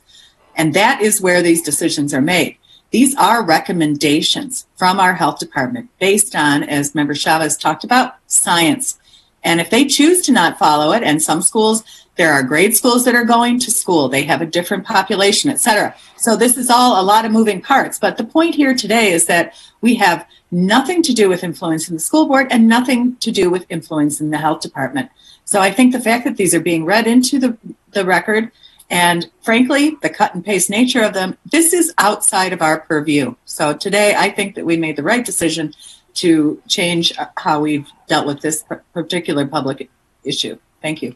Further discussion, Member Grant Eckhoff. Thank you, Mr. Chairman. I'm not going to get into the discussion about the rules. Since I'm on the Rules Committee, I'll be able to do that later. But I would like to ask, we get a daily briefing about COVID from the health department. And I know when I asked Dennis to add the chief judge and the court administrator on that daily briefing, they found it very helpful. And I didn't know, maybe Sam knows, whether or not we can add school districts or superintendents to that, because I think it would be helpful to everyone to have more information about COVID-19, what the survivability rate is, what the number of beds are, what the ages of people that are dying from it are, and it might put a perspective on that for the school districts to see the different categories. And one of our jobs, and I'm sure everybody who's been an elected official before, and for those who haven't been, one of your biggest jobs is to educate the public as to what you do and what other people do. I had some guy, when I was shoveling my walk one time, slam on his brakes, back up, and yell out of the car, "Are you Grant Eckhoff?" I immediately wanted to hide behind a rock because I thought he was going to shoot me. But I said, "Yes, I am." And he said, "Oh, we got to do something about those schools." And no clue that, I just said, "Oh, thank you." And luckily he went on, don't know who that was, never met him again. But you're always going to be educating the public. And when you get done thinking that you educated the last person to educate, you're going to have to do it all over again. So we got to educate the public about what we do, the public health department. But if the health department could educate maybe some of the school districts by cluing them in or including them in and that daily briefing, I think it would be a big help. Thanks. Anyone else seeking recognition? I see Member Tornatore. Before I go back to you, Sam, is there anyone else? Please make yourself known verbally. Hearing Krajewski, just briefly. Member Krajewski, yes. Thank you, Mr. Chairman. Just for the Rules Committee, again, I also voted no just because we've been doing it for a long time. I've been on the board 10 years, and we've had numerous people come in front of us to discuss an issue that has nothing to do with the county board, but they come to us just looking for guidance. As Member Zay pointed out, Mrs. Rugg is in the village of Itasca. It's an Itasca issue, but she constantly comes in. So I hope we're not going to go down the path where we're limiting residents' comments to only what applies directly to our county board, because we do get people who come in because a municipality isn't doing what they want to, and they look for us for guidance or help, or and they'd like to make a public comment. So I sure hope we're not going down a path where we're going to cut off public comment to people who address us on issues that don't pertain to our board, because we do get a lot of them. At least in my 10 years, we've had a lot of people who come in that give us a public comment that has nothing to do with what our job is. So I hope we just don't go down that path. Thank you. Well, member Krajewski, I use Mrs. Rugg as an illustration of our patience in the chairman's willingness to listen beyond the 3 minutes. No, this was directed because Member Zay had mentioned that Mrs. Ruggs from Itasca, and it's an Itasca issue. I'm not addressing the cutting off 3 minutes. I know that's a very difficult thing to let somebody finish up, and you do a pretty good job of saying, please finish up your remarks, come to a close. You succeeded. I will delegate that responsibility to member Krajewski. Maybe you can handle it. No, you do a very good job with that, Dan. You do tell people to wrap up your comments and say, you're over your 3 minutes. So you've done that, hey, you're over your 3 minutes, wrap it up, please. And you've done a very good job giving leeway to that. Thank you. Anyone else seeking recognition other than member Tornatore? Please make yourself known. I don't hear anyone. So, Chairman. Forgive me. I'm sorry. Please. Thank you. I just want to point out that we are in extraordinary times, and because of the governor's ruling on having virtual meetings, and we've changed our rules intrinsically because we now have virtual public participation, which we did not have before. So if you think about it, we were limited really to whoever could be at the county board. And now that we've had this change with these virtual meetings and virtual public participation, theoretically we could have 2,500 public participation. So we do need, and Member Selman, I think this is definitely something we're going to be talking about. We need to come up with at least guidelines, if not actual rules, about how we're going to handle this. And so perhaps we can come up with, in a case where there are X number and a beyond, they become part of our minutes, and then it's obviously available to the board members. So we're in different times right now in terms of limiting our public participation because we have theoretically so much more of it. And we've seen that in some of our various meetings in the past 6 months, various issues, et cetera. So Member Salmon, let's definitely hope to have this on our, at least sort of emergency rules about how we do this for the next 6 to 10 months until the governor's order is lifted. Thank you. Thank you. Mr. Chairman? Yes, please. Member Chavez, is that? I want to shift gears a little, so I don't want to stop this train of thought if anyone has further comment on this, but I do have new old business on a different topic. Well, I think Member Tornatore was seeking recognition on the same subject matter, so why don't we go to Sam and then we'll get back to you, Member Chavez. Perfect. Please, Member Tornatore. I was. Thank you. Thank you, Mr. Chairman. Yeah, I'd like to speak to Mr. Chairman. Don Pachalski. Oh, okay. Yes. Member Tornatore, followed by Pachalski, and then we'll go back to Amy. Mr. Chairman, again, I never want to stifle public comment, and I certainly don't want to start doing that today. Although, quite frankly, everything that we heard today, I've already heard. But with that, I am happy to move that we reopen public comment and make a motion to that effect to continue it today. But with this caveat that everybody who's at this meeting stay on this meeting and listen to what's being said and not go do anything else, so you can actually hear the thought that's gone into some of this public comment. Because I think you'll see that much of it is the same and worded exactly the same way. And perhaps we may or may not have better things to do with our time, but if people have taken the time to send this in, whether it's a cut and paste or not, perhaps we can listen to them. So I'm happy to sit here for as long as it takes to listen to the people, say what they need to say, and I move that we reopen public comment. Okay, there's been a motion to reopen with leave of the body. There's a motion. Is there a second? Second. Okay, Member Zay. Mr. Clerk, please call the roll. Mr. Chairman, motion. Okay, Don, I'm sorry. On the motion, are you going to speak to this motion right now? Yes, because I think we need to exercise discretion. I think that's the key. And one of the things we do is at 3 minutes, and I think you do that well. Obviously, when somebody's on point, pertinent, and not rambling, and sometimes you can't do something in 3 minutes. And if I have 100 people that all send in the same exact public comment, I think, yes, they should be acknowledged. And if it's the same category, substance that was there before, I think that fulfills the requirement of public comment. Anybody can come here and publicly comment on anything. I don't care what it is, if it's relevant to county business or not. But I think there's an aspect of discretion as far as whether a person should get more than 3 minutes if it's something that's pertinent and it's not rambling, and whether or not it's been covered 100 times. I could tell you that if you tell me, Connor McCarthy, that we have 42 emails that are basically all saying the exact same thing that we've already heard, then read those names in, indicate what their category was, and we go from there. But I don't have a problem sitting here. Last time, I wanted to read all of those that we cut off because I think they had entitlement to it. But I think there's this aspect of discretion which I think needs to be incorporated. Mr. Chairman, you've done a great job with that. Thank you. Further discussion?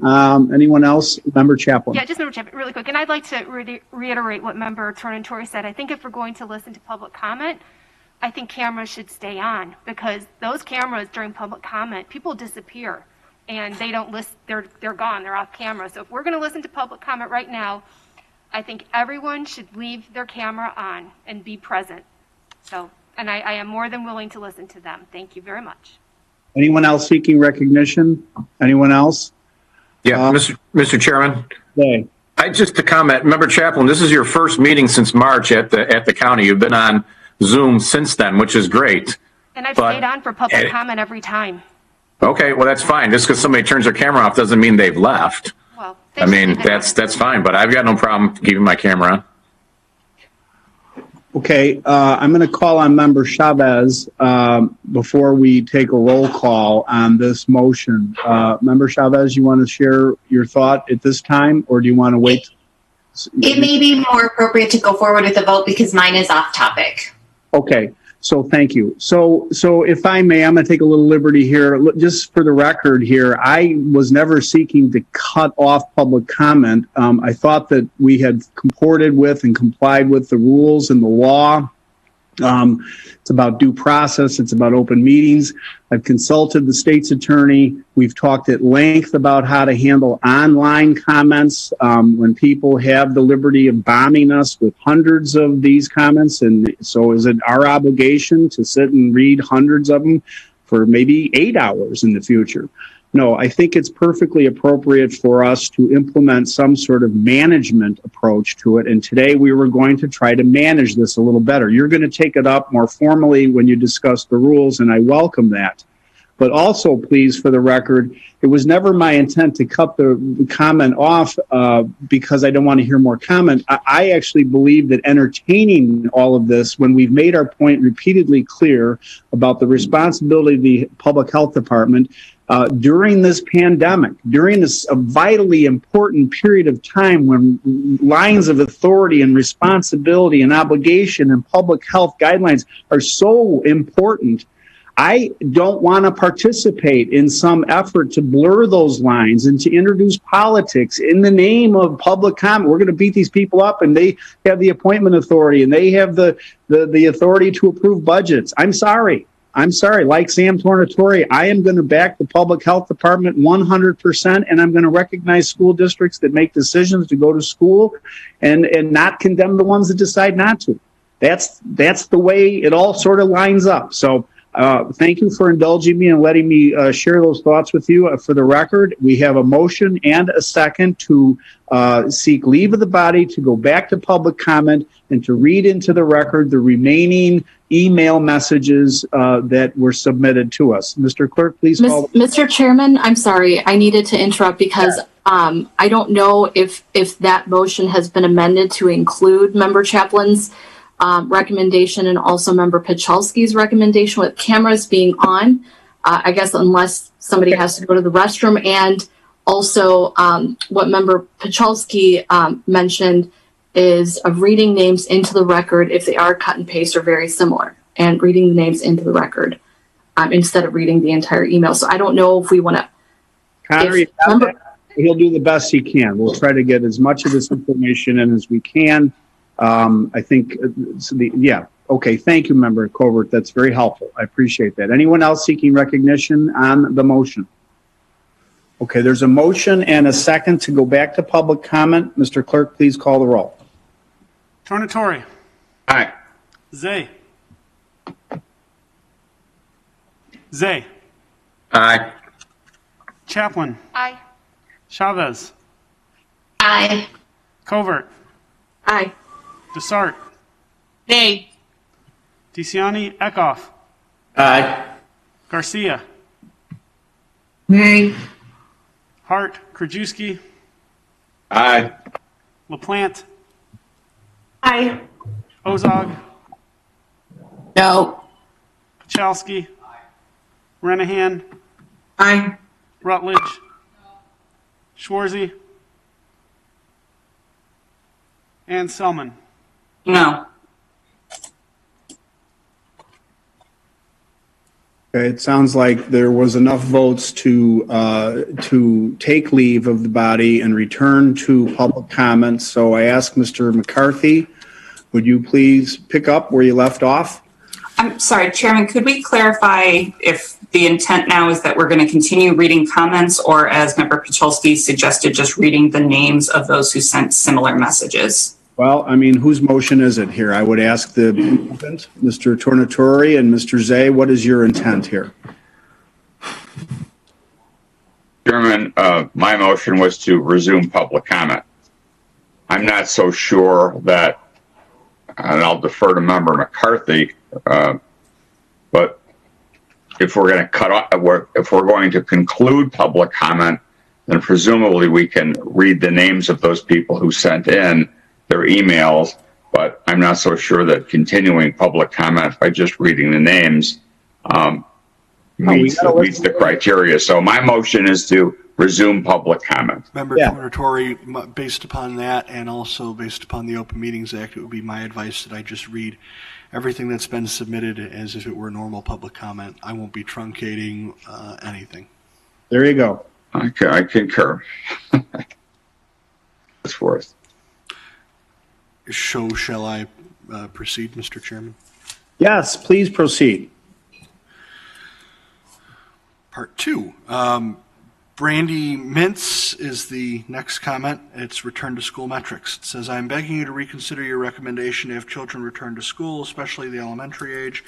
Our school board and superintendent is hiding behind your recommendation to not let kids return to school, all while school districts around us have returned and are going safely. Our kids are suffering and need to be back in school. It can be done safely, and we desperately need your help. That concludes her comment. Next comment's from Joanna Zielinska, Zielinska. It's regarding U46 schools closed. It says, I am a parent of 3 boys aged 7 to 13, all attending U46 school district. The DuPage County Board needs to advocate for change in the DuPage County Health Department return to school framework. Our U46 school district feels it is impossible to go against the DuPage County Health Department guidance that says schools should be remote in times of high COVID transmission. My sons are miserable at the edge of depression with no motivation to do e-learning anymore. Please help U46 parents and advocate for change and return to school framework. I am deeply concerned about my kids' mental health as well as the quality of education they are receiving online. Kids need to be back in school. Help us, please. Next comment is from Kathy Stopka, Stopka. It's regarding back to school. It says, the DuPage County Board needs to advocate for the county school districts who feel it's impossible to go against the DuPage County Health Department guidance that says schools should be remote in times of high COVID transmission. Many districts feel their hands are tied because it's not in their best interest to go against the advice of the Health Department and the DuPage County Board. Please use your leadership capabilities and have the Health Department change their return to school framework. In-person learning should be prioritized, and in times of high transmission should be mitigated with mask, distance as much as possible, healthy hygiene, cleaning, disinfecting, screening for symptoms, and contact tracing.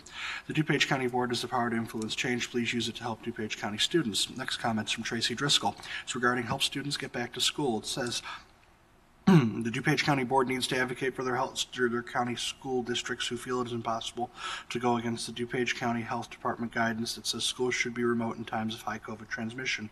Many districts feel their hands are tied because it is not in their best interest to go against the advice of the Health Department and the DuPage County Board. Please use your leadership capabilities and have the DuPage Health Department change their return to school framework.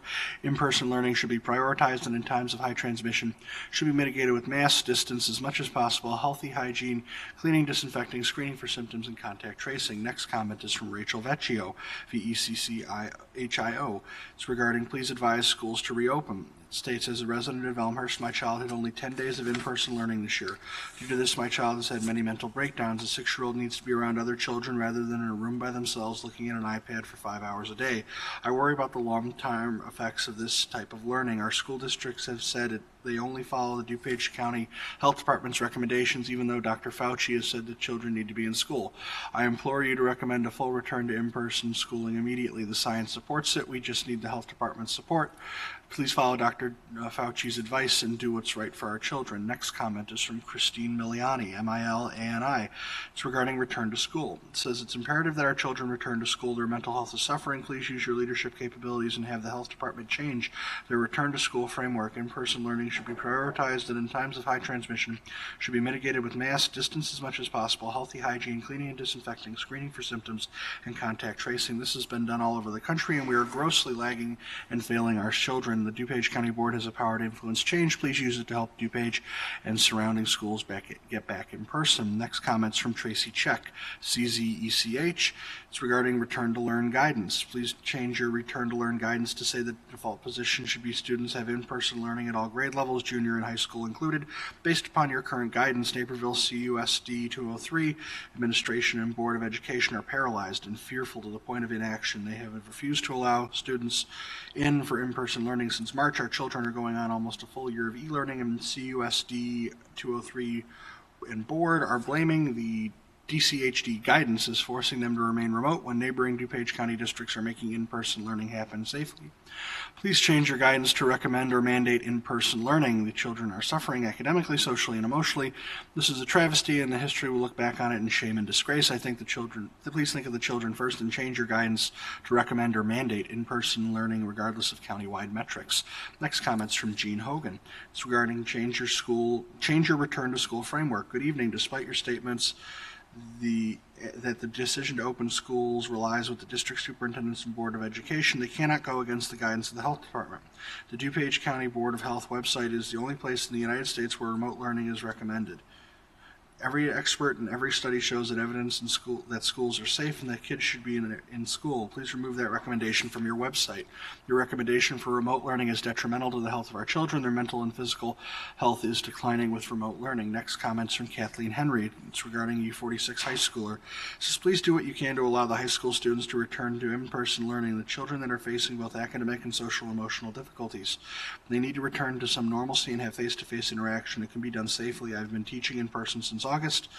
The children adapt quickly to the changes in protocol and are thriving, and our children deserve the same opportunity. Please do what is best for our children.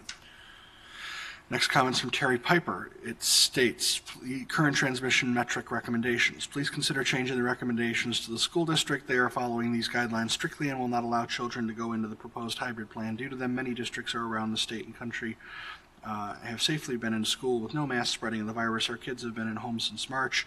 Remote learning is failing our kids. Their mental, emotional, social, and academic well-being is in jeopardy. The longer this continues, please make choices in the best interest of our kids' physical and mental health. Next comments from Nicole Pekarak, Pekarek. It's regarding help students return to learning, in-person learning ASAP. Dear Board, please consider the following items to help our children return to their classrooms like so many others are doing. The DuPage County Board needs to advocate for their county school districts who feel it's impossible to go against the DuPage County Health Department guidance. It says schools should be remote in times of high COVID transmission. Many districts feel their hands are tied because it's not in their best interest to go against the advice of the Health Department and the DuPage County Board. Please return your leadership Please use your leadership capabilities and have the health department change their return to school framework. In-person learning should be prioritized, and in times of high transmission should be mitigated with mass distance as much as possible, healthy hygiene, cleaning and disinfecting, screening for symptoms, and contact tracing. The DuPage County Board has the power to influence change. Thank you, Nicole Pekarak. Next comment is from Stephanie Siska, SISKA. It's regarding advocate for school opening. I write respectively to ask that you advocate for DuPage County school districts, e.g. 203, who are hiding behind the DPHD guidelines to prevent moving forward towards in-person learning in our communities. The 203 superintendent and BOE are claiming their hands are tied, while other public school districts around us, for example, District 200, as well as countless private schools in downstate districts open successfully, many operating 5 days a week in person. Please consider getting our kids back in school as a priority on your agenda. Children are declining in remote learning. I have 3 junior high students who used to love school and now find it pointless. The list of experts recommending children be in school is now exhaustive and cannot be ignored. Children are at higher risk for mental health issues than they are for COVID. The burden of protecting the vulnerable should not be on children's shoulders. Thank you. Next comment's from Mandy Lamb. It's regarding return to school. The DuPage County Board of Health is in charge. The DuPage County Board is in charge of the Board of Health and the DuPage County Health Department. This request is to advocate for change in the DuPage County Health Department return to school framework.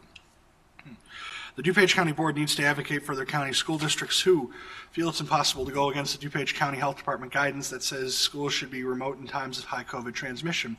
In-person learning should be prioritized, and in times of high transmission should be mitigated with mass distance as much as possible, healthy hygiene, cleaning, disinfecting, screening for symptoms, and contact tracing.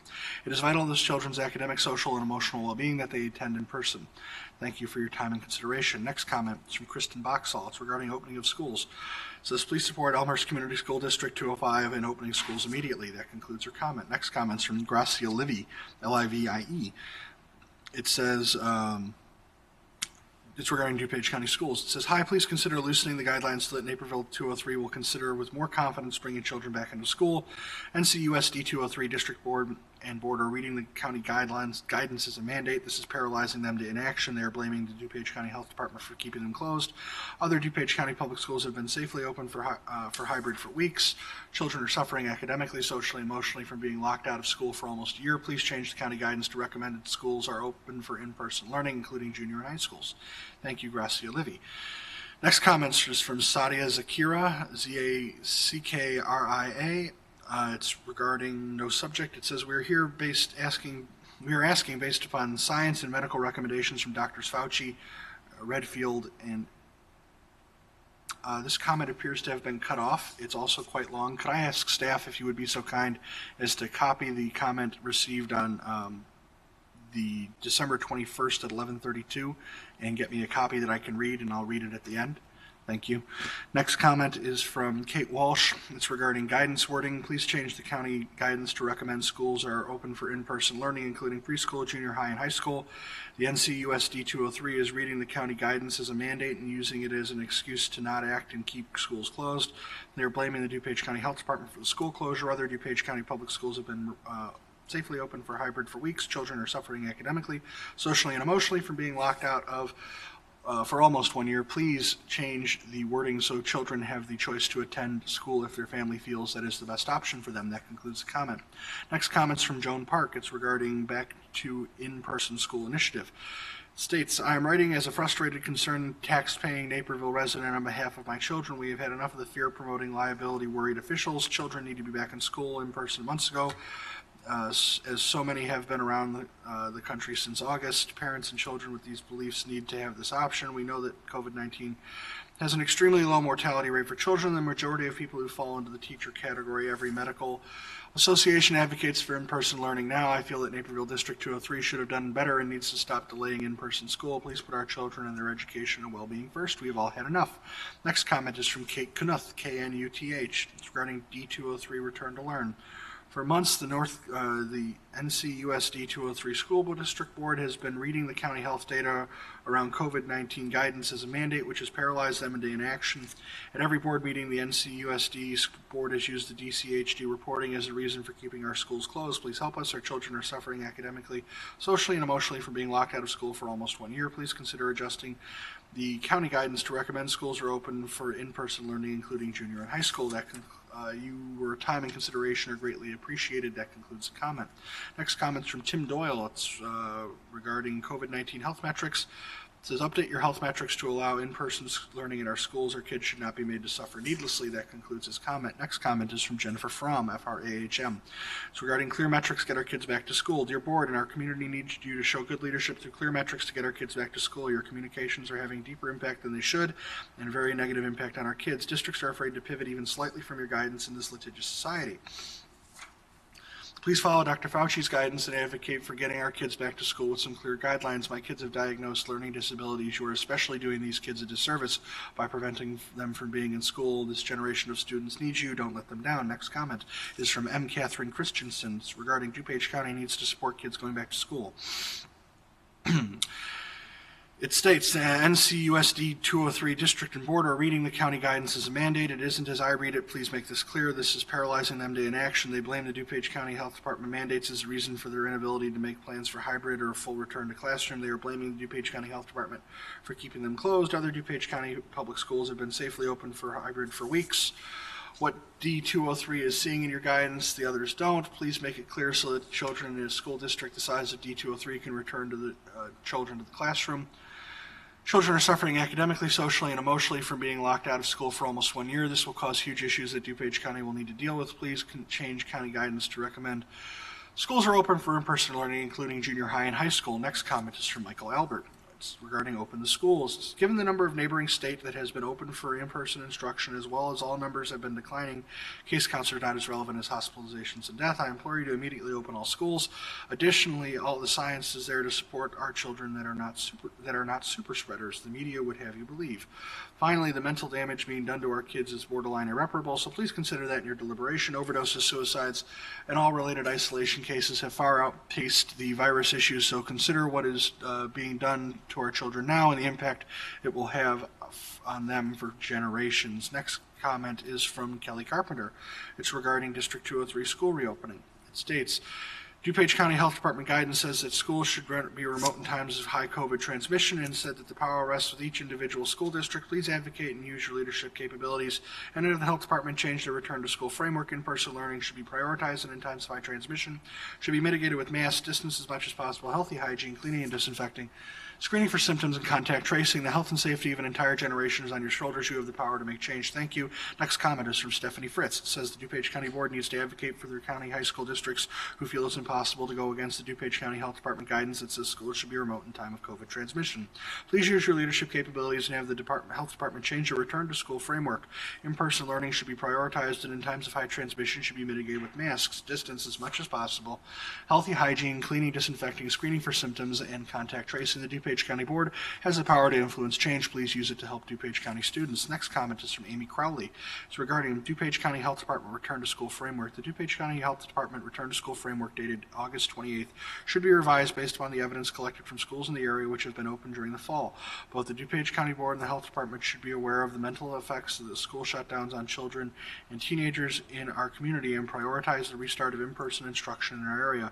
Current guidelines provide such narrow criteria as to make reopening extremely difficult, and districts follow your guidelines.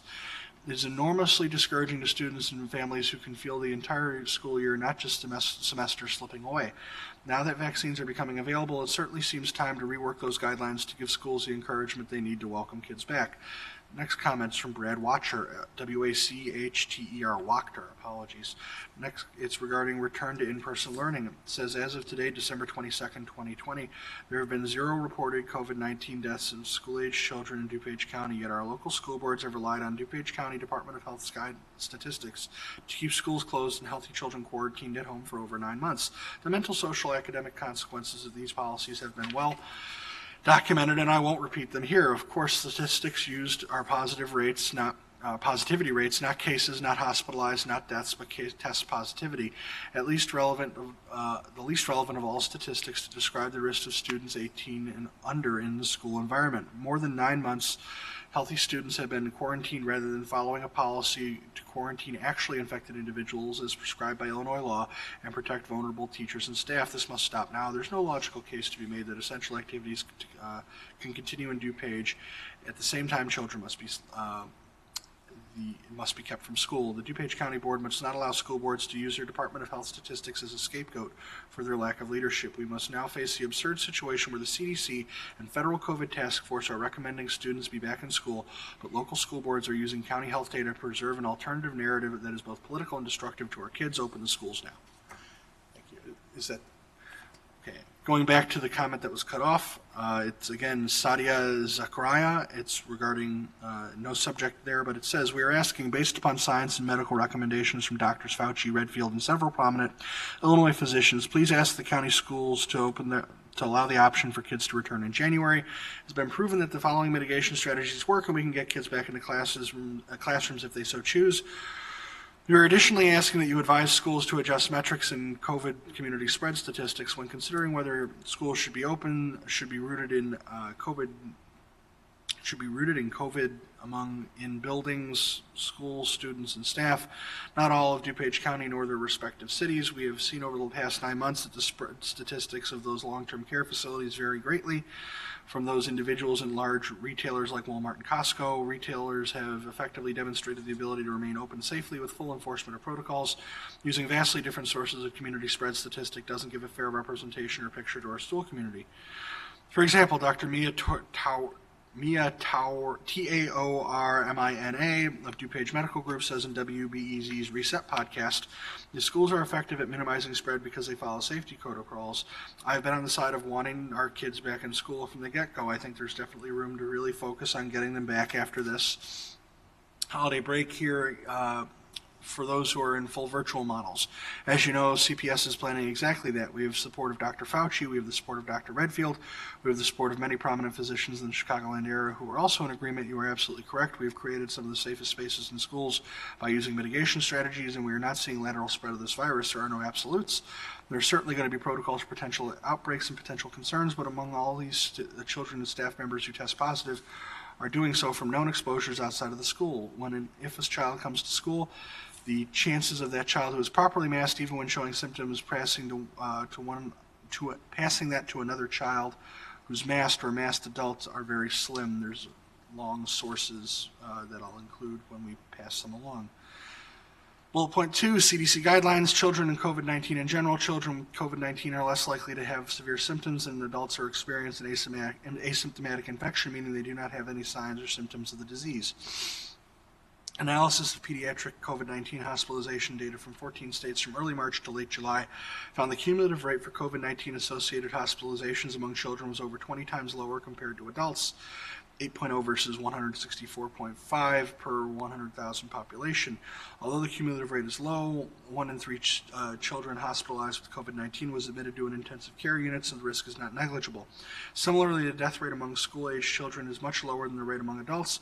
Also, the comparatively low risk for hospitalization and death among children themselves must be contextualized to the risk posed to teachers, school administrators, and other staff in the school environment. The risk of teachers and school administrators and other staff in the school is expected to mirror that of other students in the community if they contract COVID-19. To be sure, the best available evidence from countries that have reopened schools indicate that COVID-19 poses low risks to school-aged children, at least in areas where low community transmission. That said, the body of evidence is growing that children of all ages are susceptible to SARS-CoV-2 transmission, and contrary to earlier reports, may play a role in transmission.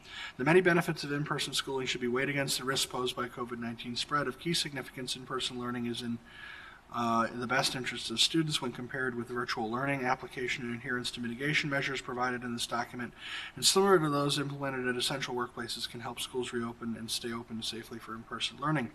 There's another source citation. To date, our local school boards have been hesitant to take the risk of reopening schools when the science and data demonstrates that is exactly what they should be doing. Please use your authority at the county level to offer school choice so that those parents who want kids back in person have the opportunity to do so. That concludes the comment. Pardon me, I need a little water.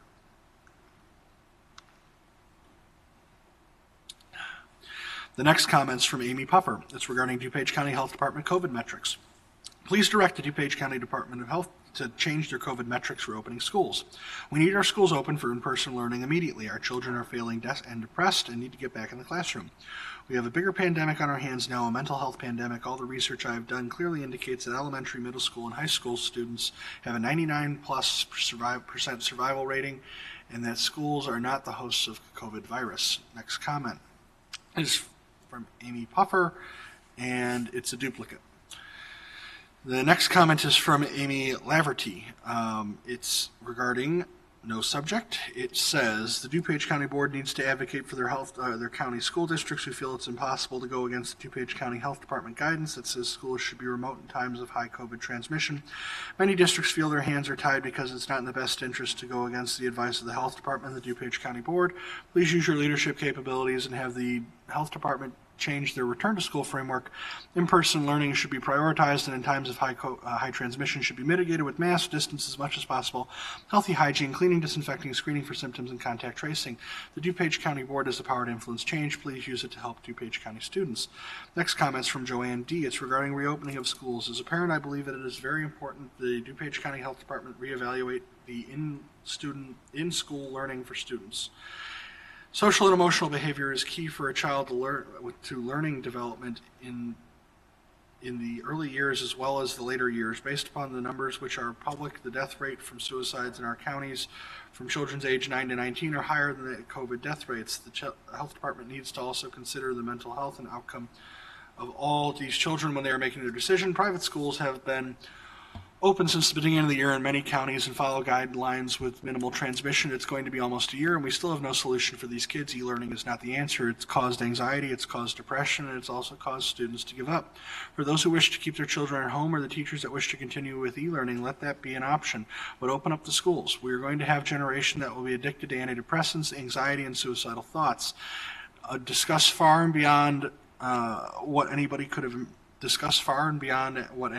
imagined.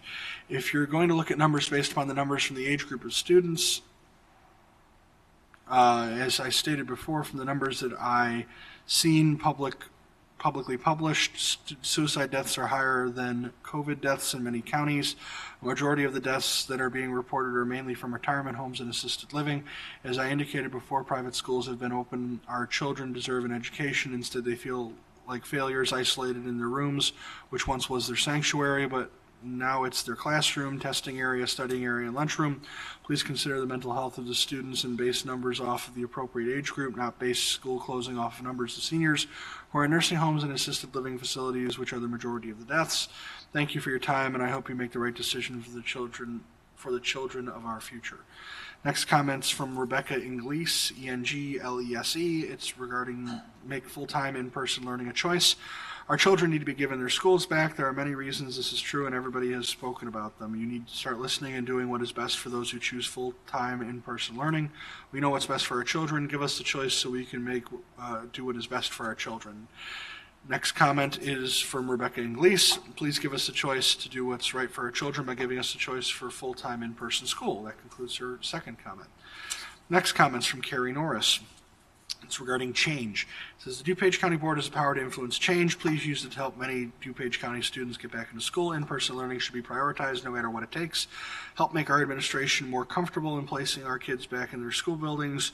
Recommending continuous extended, fully remote learning is incredibly dangerous on so many fronts. Please help create positive change for the health and well-being of our kids. Next comments from Agnieszka Bajorek, A-G-N-I-E-S-Z-K-A, last name B-H-A-O-R-E-K. It's regarding reopened schools.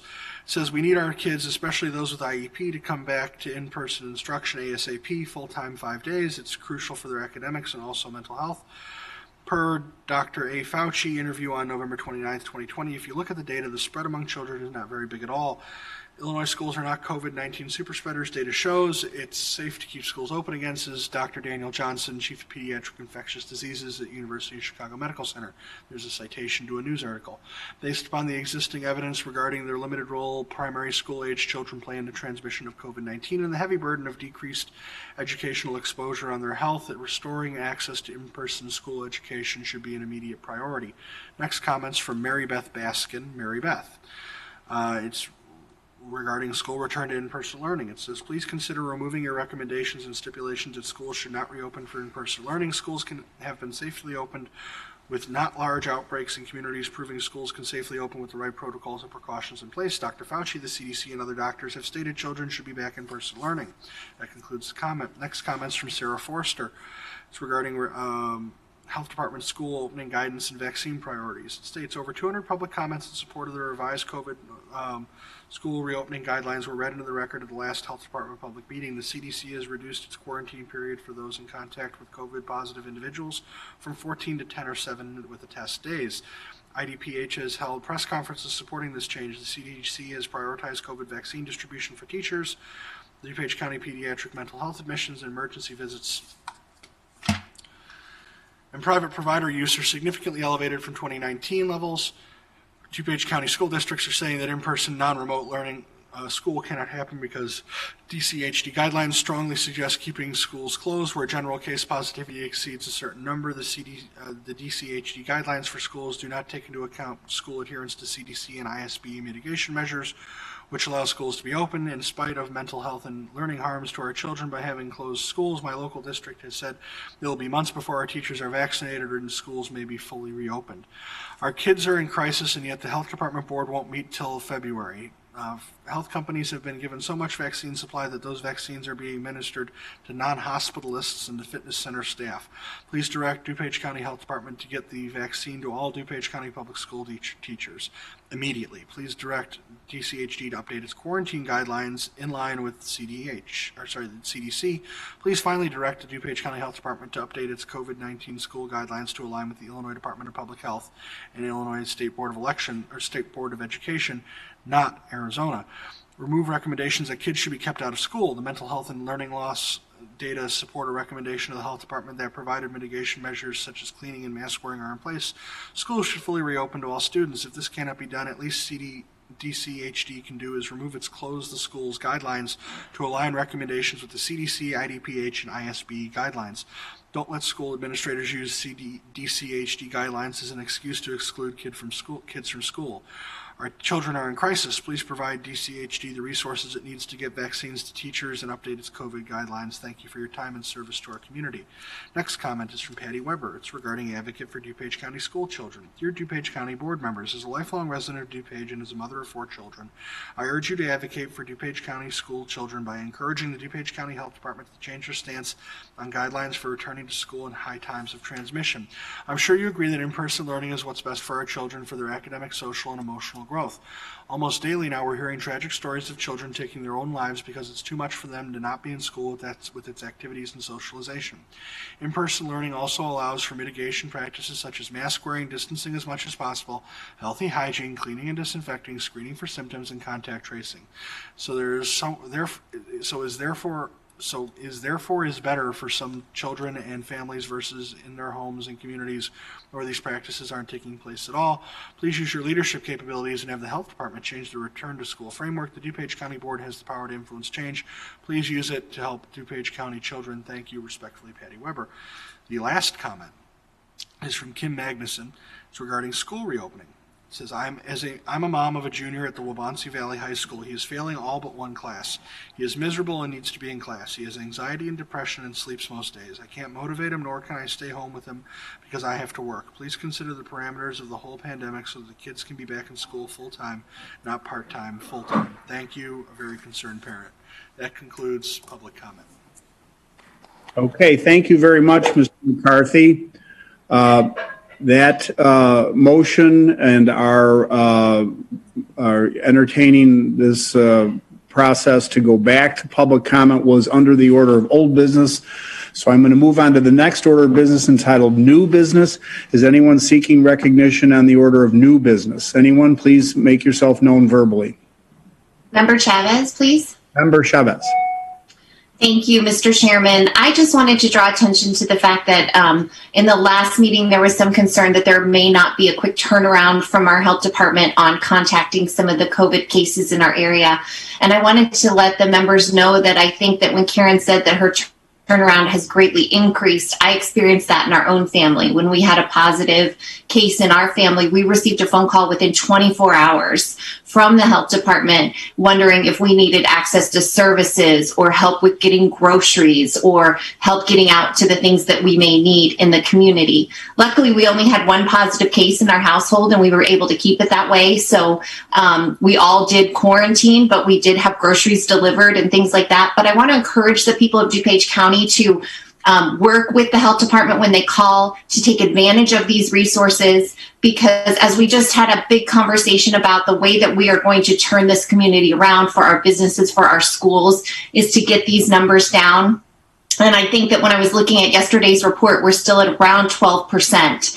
And if we can encourage people that when they are positive or they have someone in their home that's positive, to allow the county to step in with these resources and help. I mean, we were shocked that we got that phone call so soon. And I was actually shocked at what the county is offering. And I want to say thank you to the county. I want to say thank you to Karen Ayala and all of her people who are working so hard, because it's a tremendous resource for our community. And I encourage everyone to take advantage of it. So thank you.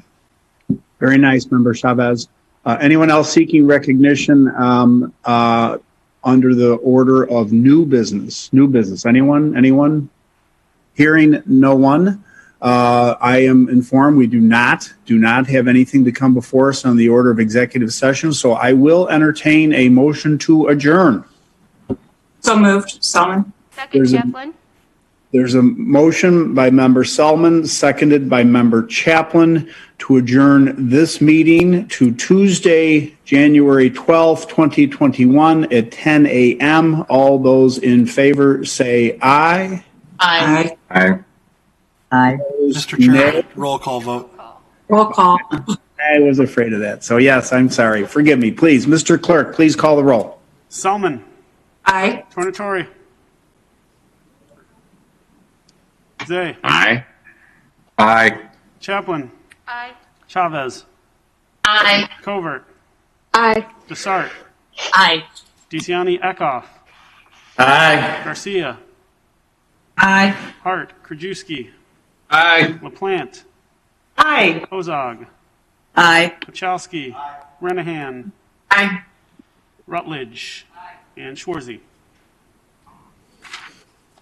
Okay, thank you very much. The roll call indicates that the meeting is adjourned. So, hey, thank you for a good, thorough discussion of all the issues that were on the agenda today.